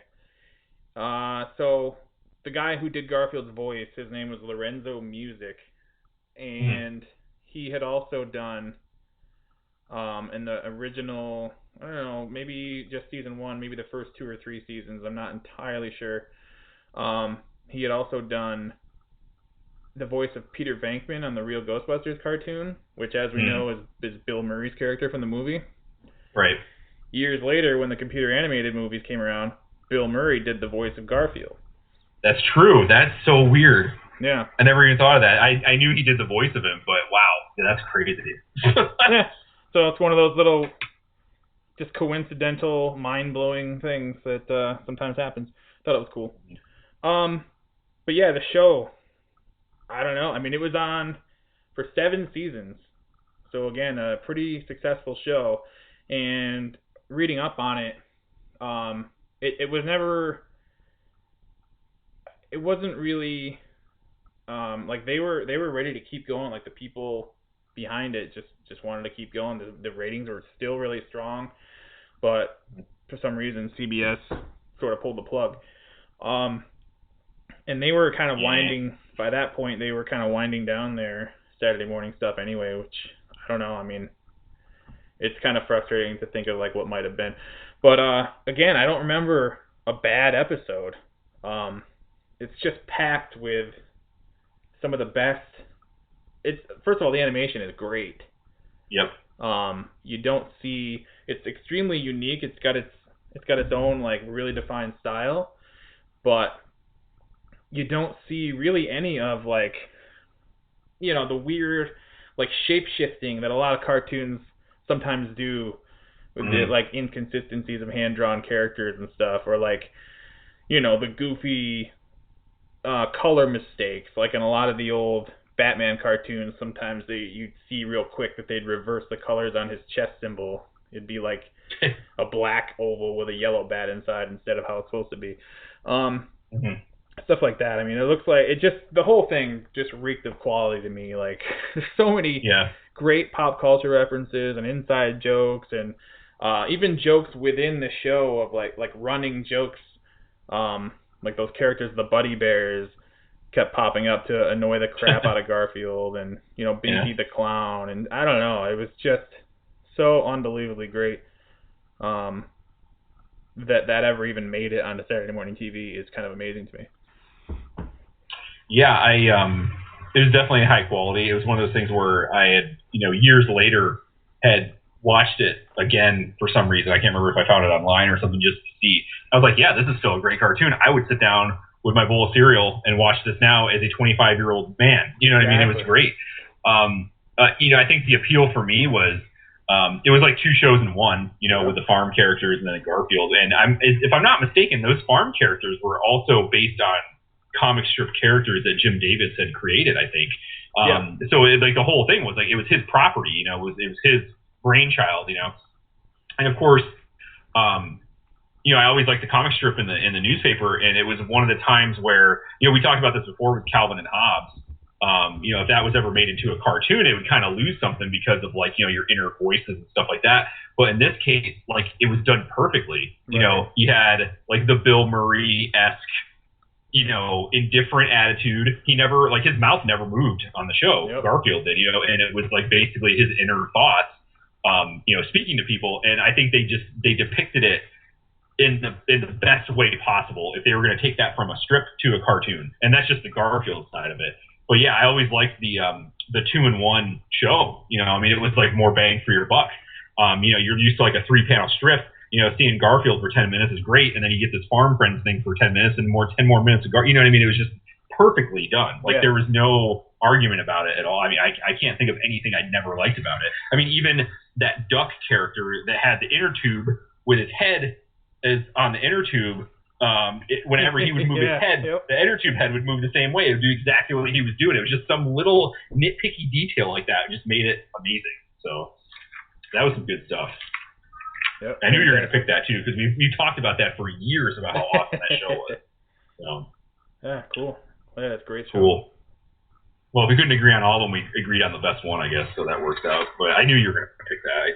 All right, now, do you want me to save my honorable mentions to see if they line up with some of your stuff? Sure, let's do that. All right. I'll go through my list. I'm not going to elaborate too much on all of these. On a couple, I will. So as I said before, I did top 5 live-action TV shows, top 5 cartoons. So I'll do the TV shows first. So my number 5 for now, I also want to point out too that like I'm thinking of stuff too, like when I was like 10, 11, 12 years old, right. Before I hit that cusp of, adolescence where I stopped liking things like this. So a lot of these things weren't just like 80s cartoons shows. Some of them spilled over into the 90s as well. Anyway, so my number 5 for live action TV shows was a show called Where in the World is Carmen Sandiego? And I picked that because in elementary school they had like an educational computer game called Where in the World is Carmen Sandiego, or like Where in Time is Carmen Sandiego. Yep. And you had to go through and solve puzzles and like math problems and stuff like that to continue. And I, for some reason, that TV show, I mean, it was a game show for kids basically. So that was always cool, that kids were, in a position where they could win something. But just the educational aspect of it was great. I always wanted to be that kid, like, if you don't remember at the end, they had like a map, and the host would tell you, what country she was in. You had to put the the siren marker on the country, and it would light up, and if it was right, that was always cool. That was like my favorite part of the show. I was like, yeah, he's gonna do it, and I always like when the kid got the United States. It's like that's the only one I would ever do good on. Or do well on. So. But I think that just it was a multi-platform thing. I started out as a computer game, and it was educational, and I just remember I was always excited to watch it.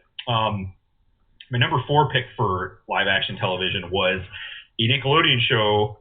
Didn't start on Nickelodeon, but it was made popular by Nickelodeon. Was You Can't Do That on Television. You remember that show? Oh yeah. I guess it started out in Canada. Out of me. What's that? It kind of used to scare the crap out of me for some reason back when I was really young. It was weird. Some of the characters on that were weird. There was a guy that always played like a chef in a diner. Yeah. That always did like really disgusting things and made the kids throw up. That character was kind of creepy. But I picked that one because for some reason I always had an affinity for sketch comedy. Even as I got a little bit older, like I was really into like In Living Color, and I was into like Saturday Night Live. For some reason I've always liked sketch comedy, and that was really like a sketch comedy show for kids. And Nickelodeon in itself was kind of revolutionary at the time. I mean, it was a station that was just all children programming. I mean, this is before the Disney Channel came out and stuff like that. And like I said, it was originally a show from Canada. It wasn't actually really like a popular mainstream thing until Nickelodeon picked it up in the mid '80s. And they've set the trend for like the whole Nickelodeon sliming people thing on like their Kids' Choice Awards, is that every time someone on that show said "I don't know," they would get slime poured on them.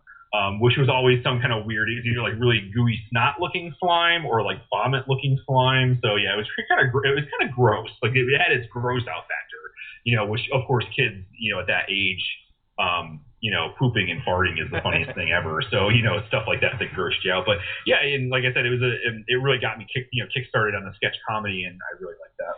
For me, it was the first. That's like the first example, or like the first introduction that I can think of the phenomenon of like the train wreck idea, where like it's weird and gross, but you can't look away. Like you're transfixed still. Yeah, definitely. It was there. It had its moments, definitely. And as you know, Alanis Morissette had a small part on that show too for a while. Yep. Absolutely. She is also Canadian. So my number 3 were also I actually put 2 TV shows from Nickelodeon again into the same number 3 because I could not pick which one was better than the other one. There were 2 shows called Hey Dude and Salute Your Shorts. Right. Hey Dude was about the hijinks of a man and his son who just bought a dude ranch, and the teenage workers they had and whatever kind of hijinks they got into. Basically started the career of Christine Taylor, who is married to Ben Stiller, who's been in such movies as Zoolander and Dodgeball. Also started the career of Ted Lasher, who is more well known as the boyfriend of Blossom on the show Blossom. Yep. I picked that for some. I don't know what it was. It was one of the. They obviously made it for kids, and I just really liked it. And I remember it was the first time I ever had a crush on someone I saw on TV. Was from Hey Dude. Nice. And it was Christine Taylor. For some reason, I just always wanted her to be my girlfriend or something. I don't know what it was. I mean, of course, I'm only like 10 at this point, so I have no idea what I'm talking about. But and along with that was that show Salute Your Shorts. If you're not familiar with it, it was a show where these kids went to like a summer camp, and it was run by this guy named Dr. Khan, who you never see, just hear him over the loudspeaker. And the camp counselor was this guy named Kevin Ugg Lee. They called him Ugg. His last name is Lee, so you get Ugly. Funny stuff. But it was along the same lines, it was just like one of those like adolescent hijinks kind of shows, and these kind of shows started the trend for these terrible shows now, but at the time, they were at least worth something. They had a lesson to it or something, and they weren't completely just diluted and delusional like the Disney Channel shows are now or anything like that. But absolutely. Even some of the Nickelodeon shows. I mean, these are quality programs for kids, But I just remember them fondly, and mainly because Hey Dude had my first celebrity crush of Christine Taylor. So yeah, that was good stuff. Number 2 was another Jim Henson creation. I knew it. We talked about Jim Henson not like any of these before. The show called Fraggle Rock. Yeah, I knew if you remember that. Yeah. Another really Your House was the first time I'd ever seen that show, so yeah, I knew that'd be on. Yeah. Yeah, it was another memorable theme song, I think, for a lot of people. And the funny little fun fact here is the guy, you remember there was like an older man that was like the human or whatever, and he had the dog. He ended up playing in the movie The Boondock Saints, which is one of my favorite movies. He played the bartender who had Tourette's and stuttered, which is a really weird like jump. Yeah, he went from this kids show to like, you know, swearing and having Tourette's on this like R-rated movie. But yeah, I never really got that correlation until like I watched, you know, I went online and watched an episode again and saw that.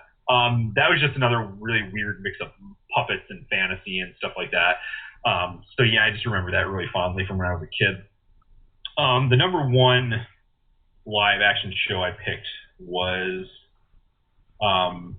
it's kind of a weird that I picked it, but I almost had to. I picked Sesame Street as number one for television shows, and you know I picked it for a personal reason and for a cultural reason.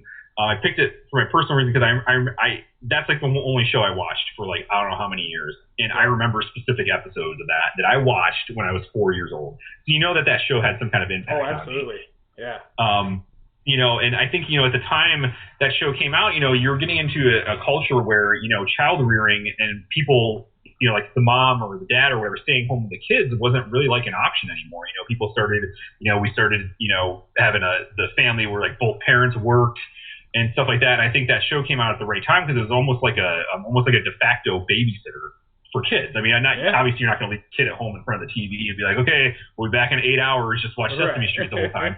But, you know, I think culturally, you know, and it was quality because that show, not only was it educational, it didn't have the bullshit marketing that went along with like cartoons and kids shows at the time. It's on PBS. Like PBS doesn't get advertising dollars. You know, they don't, I mean, of course, you know, I had Sesame Street books and stuffed animals. So, but you know, when you think about it, you buy those things, that money goes to a public broadcasting system that they don't get, you know, advertising dollars. They have to raise money to stay on the air, you know.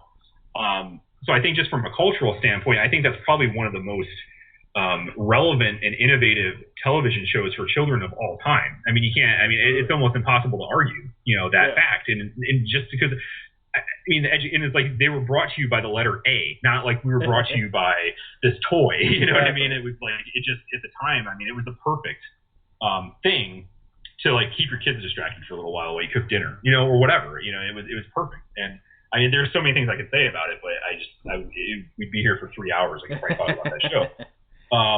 Well, I will say that about to your point about babysitting or whatever.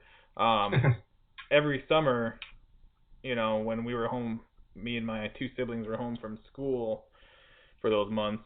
My mother also babysat my best friend at the time and his two sisters. So there were 6 kids, and literally every single day for the first however long, we would watch Sesame Street. And, you know, a couple other shows on PBS, Reading Rainbow, sometimes Mr. Rogers. It's like a back-to-back-to-back.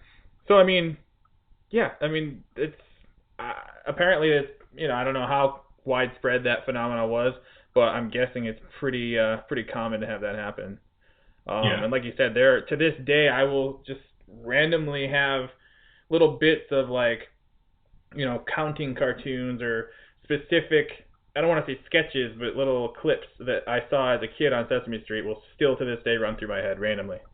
So yeah, absolutely. Definitely. Yeah. And one of my mom's favorite stories to tell people that hasn't heard the story already, or maybe you have, it's, you know, whatever. But there was my mom was doing something in the kitchen and I was watching Sesame Street and I just started laughing like hysterically. And my mom was like, "What is he laughing about?" So she went out and watched it. It was this episode where Bert and Ernie were in a boat fishing, and Ernie kept getting fishes and Bert couldn't catch one. So he was like, "How are you doing that?" And Ernie's like, "Here, I'll show you." Yeah, he'd say, "Here, fishy, fishy, fishy, fishy, fishy, fishy," and they jump in the boat. And I thought it was the most funniest thing that I'd ever seen. And my mom still has, you know, fond memories of that.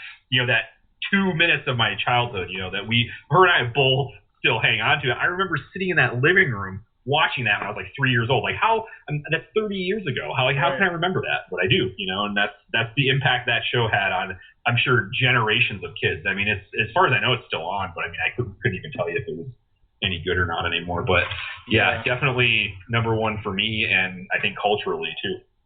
All right, so let's go on to my cartoons real quick. Difficult decisions on this one, like super difficult. I was going back on number 5 between He-Man and the Masters of the Universe and Inspector Gadget. So I put Inspector Gadget as number 5. Interesting. Because I kind of felt like He-Man is like too like mainstream or something like that. Like you knew what was happening. But what I liked about it, and I didn't realize this is what made it good at the time. It's basically a spoof of Get Smart, or that's what it's called, right? Get Smart, the Maxwell Smart. That Steve Carell just did the movie remake a few years ago. Basically, it's that show in a cartoon, and I believe the actor is the same person that does the voice as Inspector Gadget. So I just remember always wanting to watch that show when it was on, and it was the same thing you were saying about like Orko never seeing his face. Claw, the head villain, you never saw him, and every time they turned the chair around, it was like a fake arm. It wasn't really him. It's like you never saw what that guy looked like. I think I don't really remember specific details about it or why it was like innovative or anything like that, but I just remember always wanting to watch it, so I knew I really liked it, and that's one of those things. Number 4, I picked Ren and Stimpy, the cartoon. If you remember that, the cat and the Chihuahua. That's a great pick. And I picked that because that was like my first foray into liking adult humor, because that show really wasn't that appropriate for kids. But no one knew about it because like, it's Ren and Stimpy, it's on Nickelodeon, it's a cartoon, whatever. They had some like really weird, gross stuff on that too. And I think that was my first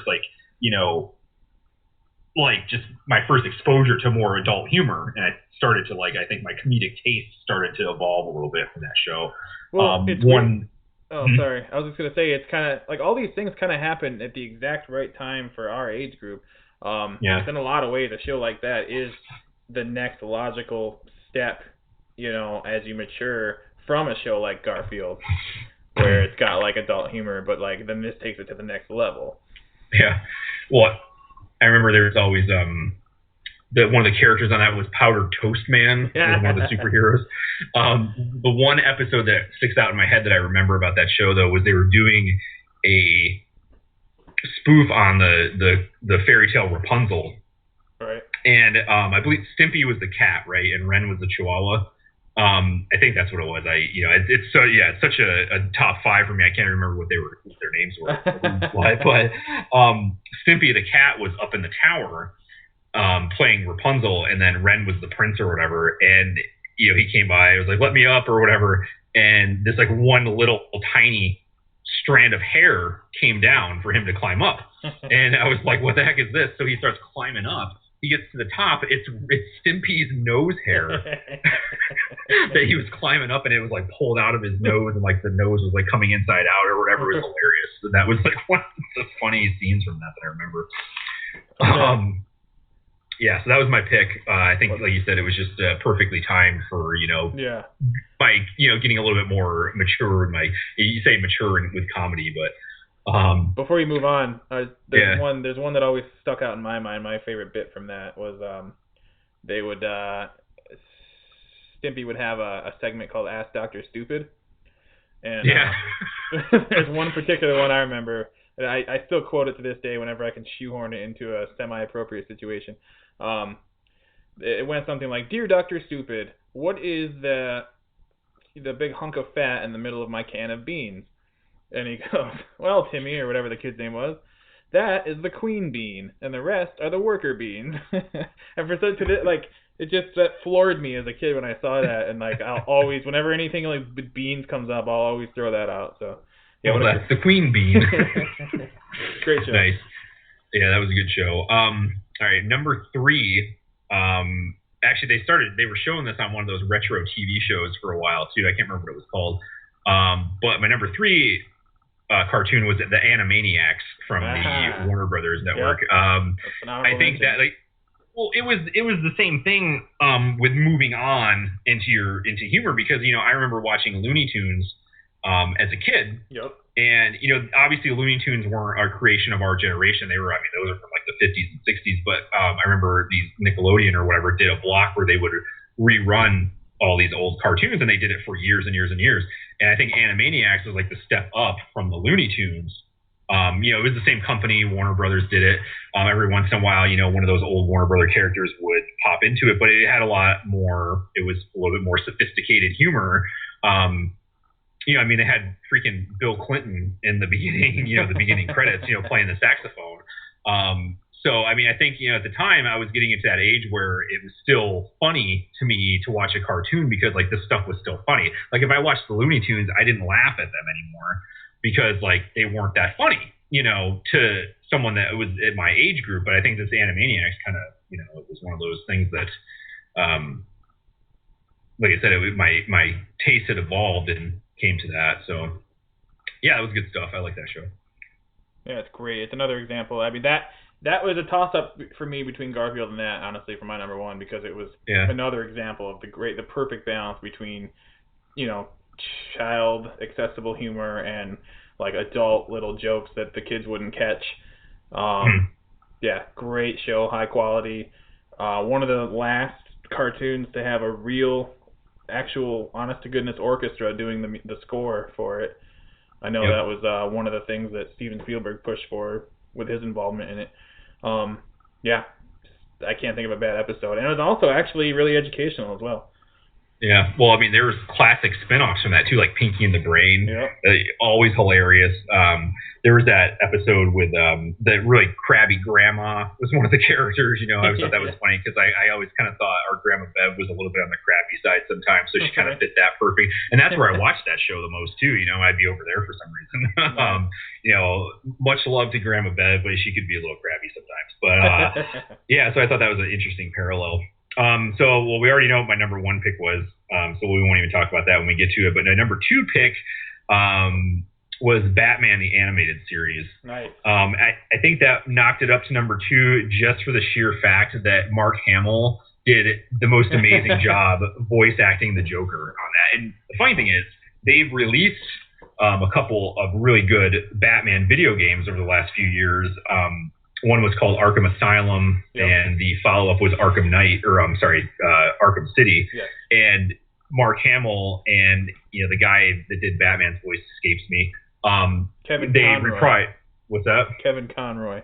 Yes, Kevin Conroy. They reprised their roles as Batman and Joker to do these video games too, so it was pretty cool. So even that tells you right there that those performances, just from the voice acting standpoint, were amazing, and I think it goes back to what we talked about with Batman being dark. It's another way to do something dark in an appropriate way for kids to still like it. It introduced a very popular villain character named Harley Quinn, who ends up being her background is that she's the psychiatrist that was trying to treat the Joker when he was in Arkham Asylum, and she ends up like falling in love with him and becoming infatuated. So she starts to follow him around and become a criminal as well. I believe that's where she first gained her prominence. And there was just so many great things about that. I mean, it was a very story-driven cartoon, which you didn't really see a lot in cartoons of that day. I mean, even early to mid 90s, not a big deal. But yeah, it was just all the elements worked for that, and I think the voice acting is what kicked it up a couple notches to make it an amazing cartoon. So yeah, that was my number two, and my number one was Garfield. So there you go. Yeah, some great picks, some different stuff. Well, I'll go with my live action honorable mentions, I guess, because the way you match them up, the way you separated them. So there's no real number order, but the first one I'm going to talk about is the legendary Pee-wee's Playhouse. Of course. That was my honorable mention top 5 for live action. Nice. Yeah, how can you not? I mean, just what a massive cultural impact that show had. I mean, I think it's sad because, of course, it's got a blemish on its memory, I guess, because of the absolutely stupid fucking controversy about Paul Reubens, the actor who played Pee-wee, being caught, quote unquote, masturbating in an X-rated adult movie theater. I mean, why else do you go in there? I don't know. Even as a kid, I didn't really get, like, my parents didn't really, obviously give me all these details about what happened, because I remember all of a sudden it was just like, oh, well, Pee-wee's canceled, and I remember watching on the news, like, stories about them taking the toys off the shelves and everything like that. But another great example of the perfect blend of kid and adult humor, and also really, really educational. Yep. But just so original and so creative. So like it just made you want to be part of that world. That's I think the key to all this stuff that we're talking about that had the biggest impact. Things like Sesame Street, you know, Garfield, all these like really high end shows. They all have in common the fact that like we said with Muppet Babies too, that they got your imagination working, and they, almost in a way that like when you read a book, you have to like create everything in your mind. Like it stimulated you enough to like where you kind of, once the show was over, you could continue it on in your brain or whatever. Just really well done stuff. Definitely. Yeah, that was definitely on my list. I agree with all that. It was definitely, it's almost like I could imagine being in Paul Rubin's shoes and like that being his creative outlet for whatever creativity he had. You know what I mean? And it's like, it was so evident that it was just like weird and funny. And like you said, I think, like another one of these shows that was creative and educational at the same time. I mean, that was like the perfect mix, Right. So definitely on the list there. Yep. My next one was, I don't know if you ever are familiar with it or you ever watched it, but it was a PBS show called Square One. I've heard of it. I don't remember watching it though. No. I don't know. For some reason, it was on like the perfect time again during those summer days when we were getting babysat. It's essentially the Saturday Night Live, like the kids' Saturday Night Live of math.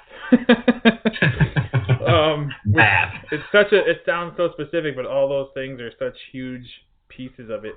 And math was always my least favorite subject as a kid, but that show was the one time when I really enjoyed it. I mean, of course they tucked it away inside of entertainment, but they just did a really great job of using like pop culture elements and parodies, but making it relevant to math. Like they did a Pac-Man video game thing called Math Man, where he was like eating numbers or whatever. They had a spoof of the police show Dragnet at the end of every episode called MathNet, with two detectives who carried calculators in their gun holsters. Wow, that's cool. But like you had to watch it for a week to find out like how the mystery turned out. Like each day, it was on during the week, so it's not really a Saturday morning thing. But each day you'd get another piece of the story at the end of each episode, and like that was always my favorite part of that show. But yeah, just a really unique, cool show that I'd love to find on DVD. Oh, and my final live action pick, Brian will mention, also from 1988, also only one season, but it was the Hey Vern, It's Ernest TV show. Now, a lot of times I think it gets kind of lost in the shuffle because of, for some reason, I think Ernest was always kind of seen as a lesser Pee-wee back in those days. Okay. But I mean, they're really separate animals. I mean, I guess the only thing in common is they're, both adults acting childishly. That's about where the similarities end. Yeah. Ernest is just a simpleton who happens to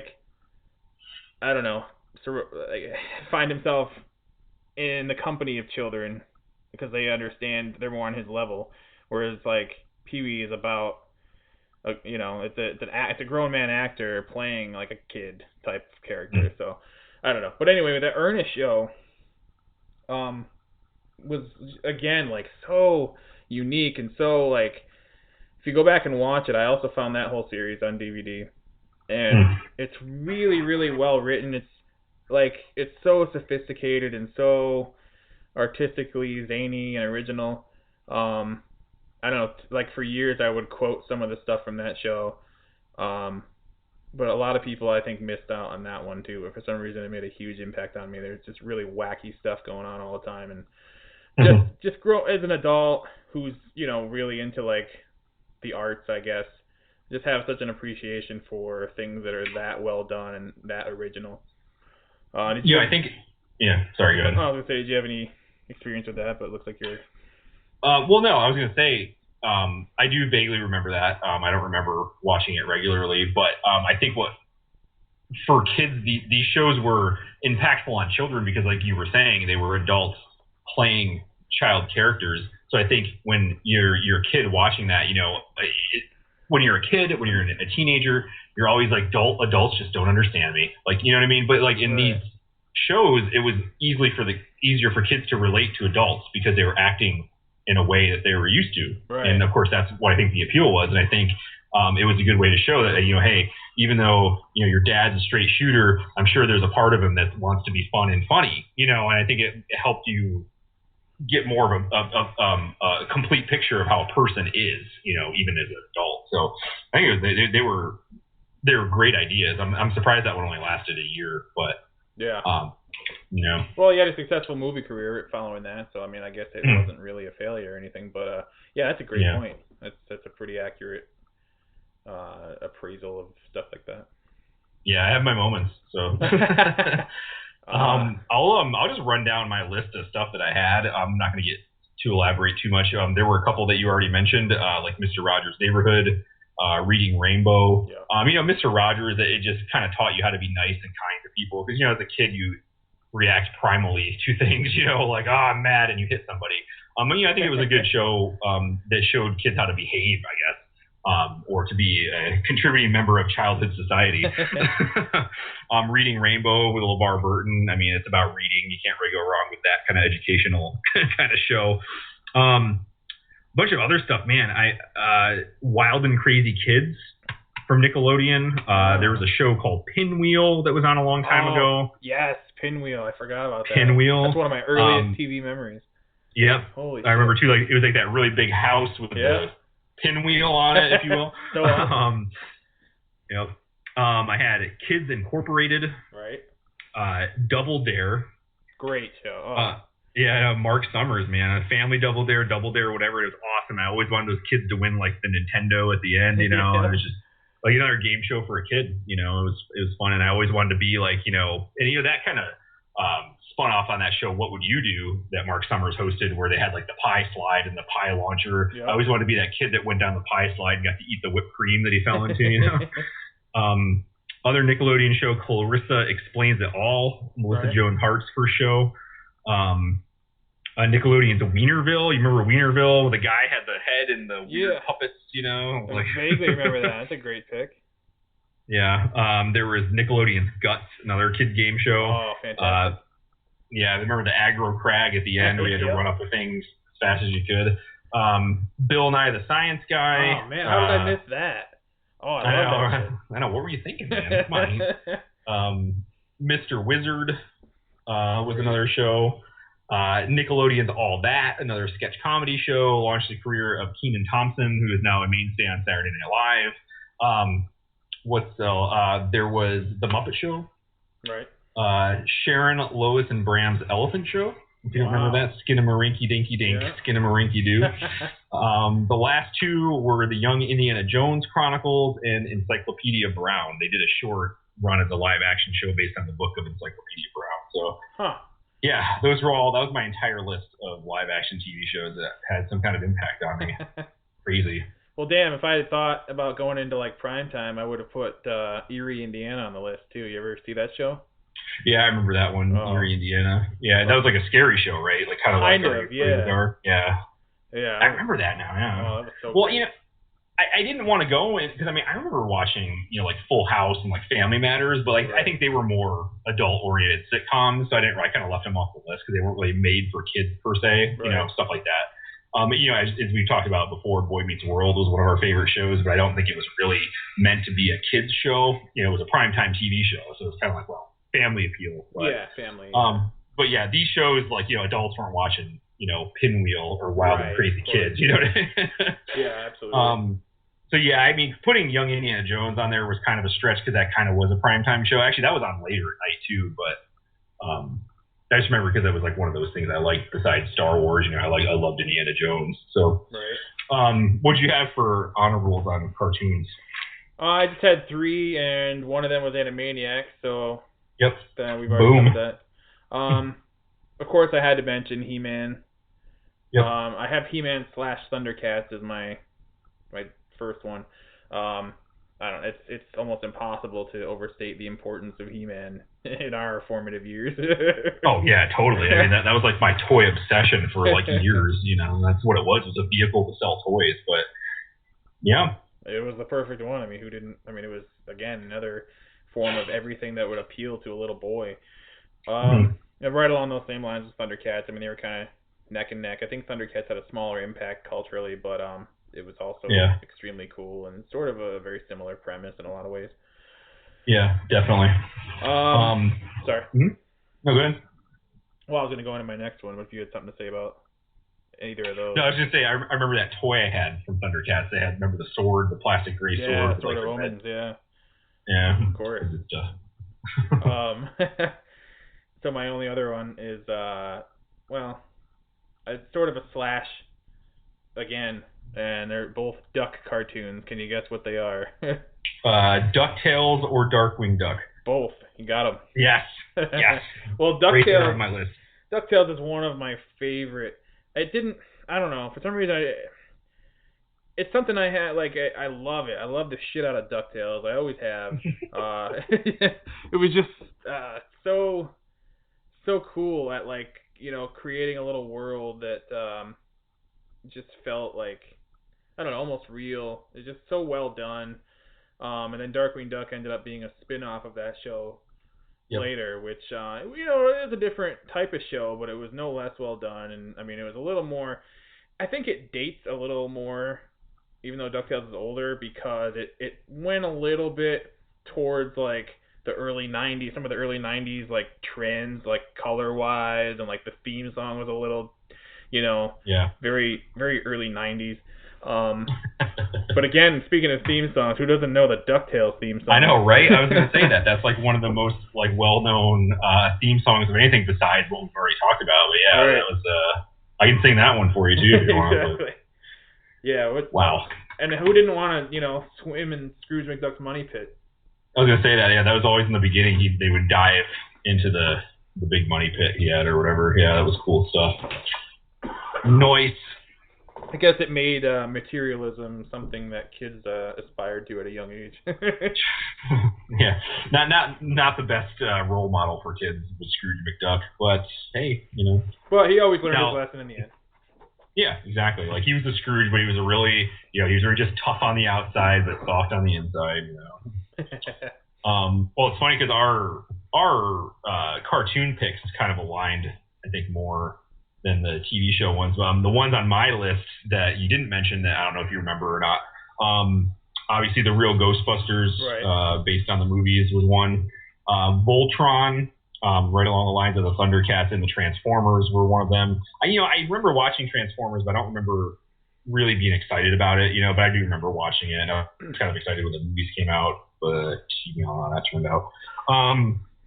David the Gnome. Remember David the Gnome? Yeah, I was never. I think that was like a Nickelodeon show too, wasn't it? Yeah, it was on their afternoon cartoon lineup. It was one of those weird time slots. But I always watched it at Grandma's house because in the summertime, my mom would come pick me up after work at 3:30 or something. So it was on at 2. Right. So I think it was on that slot that was is anybody really going to watch this? But I guess it ran for quite a while. But yeah, David the Gnome. That was I don't remember too many specifics about it. I just remember the little weird pointy hat that he had, and then of course the Travelocity gnome that made the gnome come back again or something. I don't know.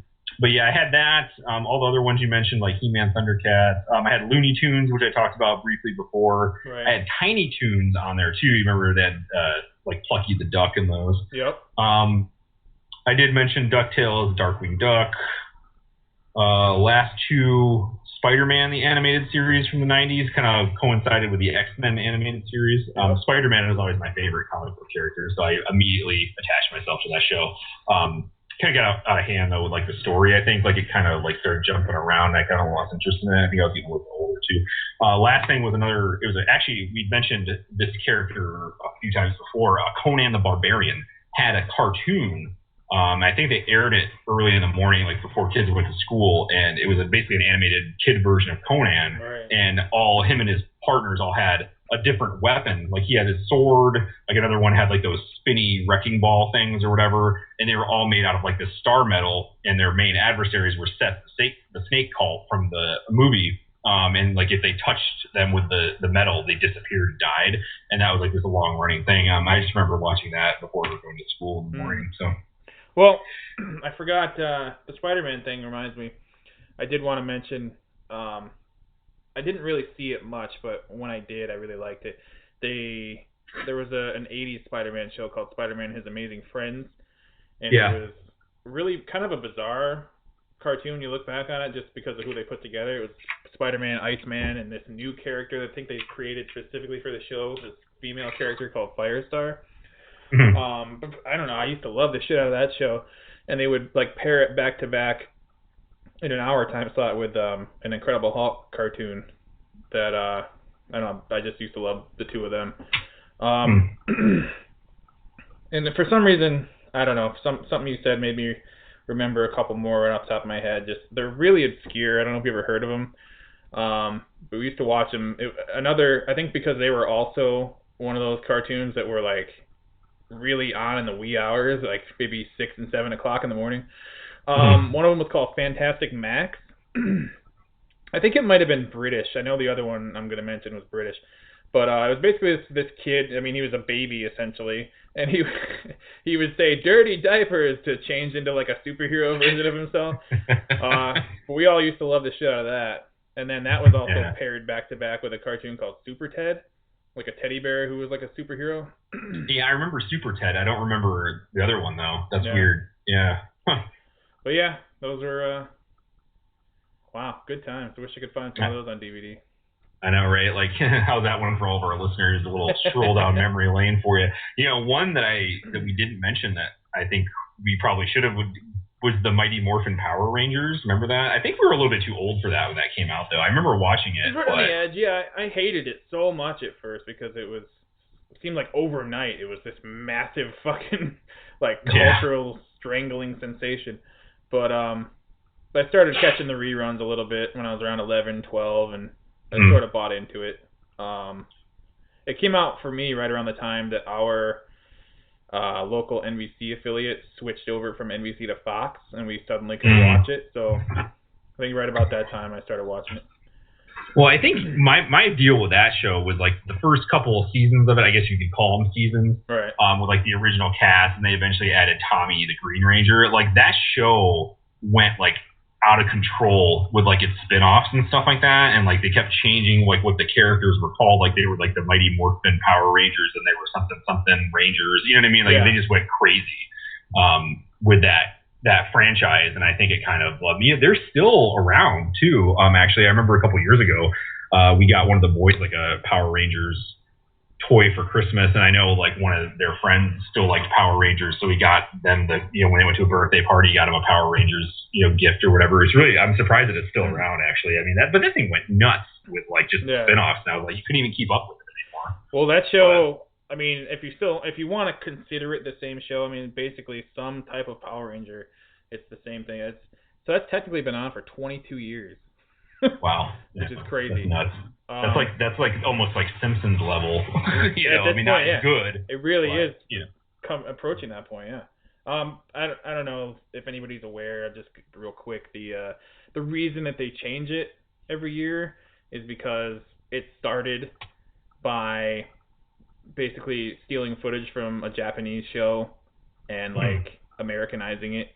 And in Japan, that's how it is every year. They do one series with one theme, and then the next year they change it up and it's a totally different show. So basically, they just keep stealing the footage from each incarnation from Japan and like Americanizing it. So when Japan changes, we have to as well. Yeah, I always noticed that because it was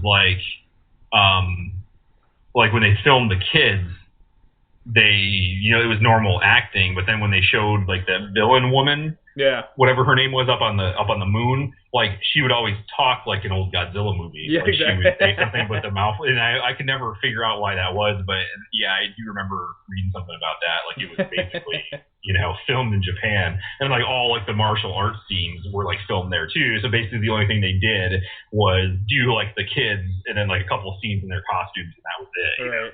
But yeah, it was weird. All right. I mean, here we are 2 decades later. So I guess they hit upon some kind of successful formula. Yeah, I don't know. I think I remember our mutual friend Scott Smith is the one that started watching that and mentioned something about it. It's like, you'll like it, watch it. And I was like, all right, whatever. And I kind of did get into it for a little while. I think it was just like the ninja karate moves or whatever. He was always like Mr. Everything Japanese. Yeah, that's true. He was big into the manga, if you call it. Was that what it's called? Manga? I don't even know how to pronounce that still. Yeah, manga. I mean, it depends on how authentic you're trying to be to Japanese. I just remember I used to like have to stay up late for him and tape Dragon Ball Z when they would show it on Cartoon Network, so he could get up for work the next morning and watch it. Anytime I stayed over at his house, he was like, "Oh, can you tape that for me?" He's like, "I gotta go to bed for work." Wow. Yep. Fun stuff. Well, all right. That was an interesting. We should definitely bring the top 5 back, I think, on a more regular basis. So that was pretty fun. Cool. Yeah. Well, it's gonna be tough one to top. Yeah. All right. Well, we still, like I said, we need to get theme music for it too. Right. Like it is time for a top 5, and then top like, 5 top. We need a band like Paul Schaefer doing the top 10 list on Letterman. Right. Man, I can't believe he's retiring this year too. Like, holy crap! Like, remember he was a mainstay in our pop culture lives for a long time too, and he's hitting the road. I mean, it makes sense. He's old. I mean, he's getting to the point where he's retirement age. You know what I mean? Yeah. So. It's horrible. I mean, it sucks. It's good. What a void he'll leave. I mean, he started on air on NBC the year I was born, for Christ's sake. So yeah, that's a long time ago. I mean, not. What an amazing run and impact on entertainment he's had. Definitely, and I guess Stephen Colbert is taking over for him too. So I guess we'll see how that goes. Obviously, it's going to be Stephen Colbert, not in character. It'll be like an actual, him in real life. Because if you're still under a rock, Stephen Colbert does not really act that way in real life. Doing a character, everybody. Right. But yeah, so that's going to be crazy. Guess more topics for next time. So indeed. Wow, I guess that probably wraps it up for this one, huh? I think we beat our record on time on that one too. So doing it, yeah. Yeah, we'll pare it down here. But yeah. So without further ado, this has been episode Ocho of WAMCast. I am your friend Claude. And I'm cousin Adam. Yeah, thanks for listening, everybody. Have a good week. See you next time.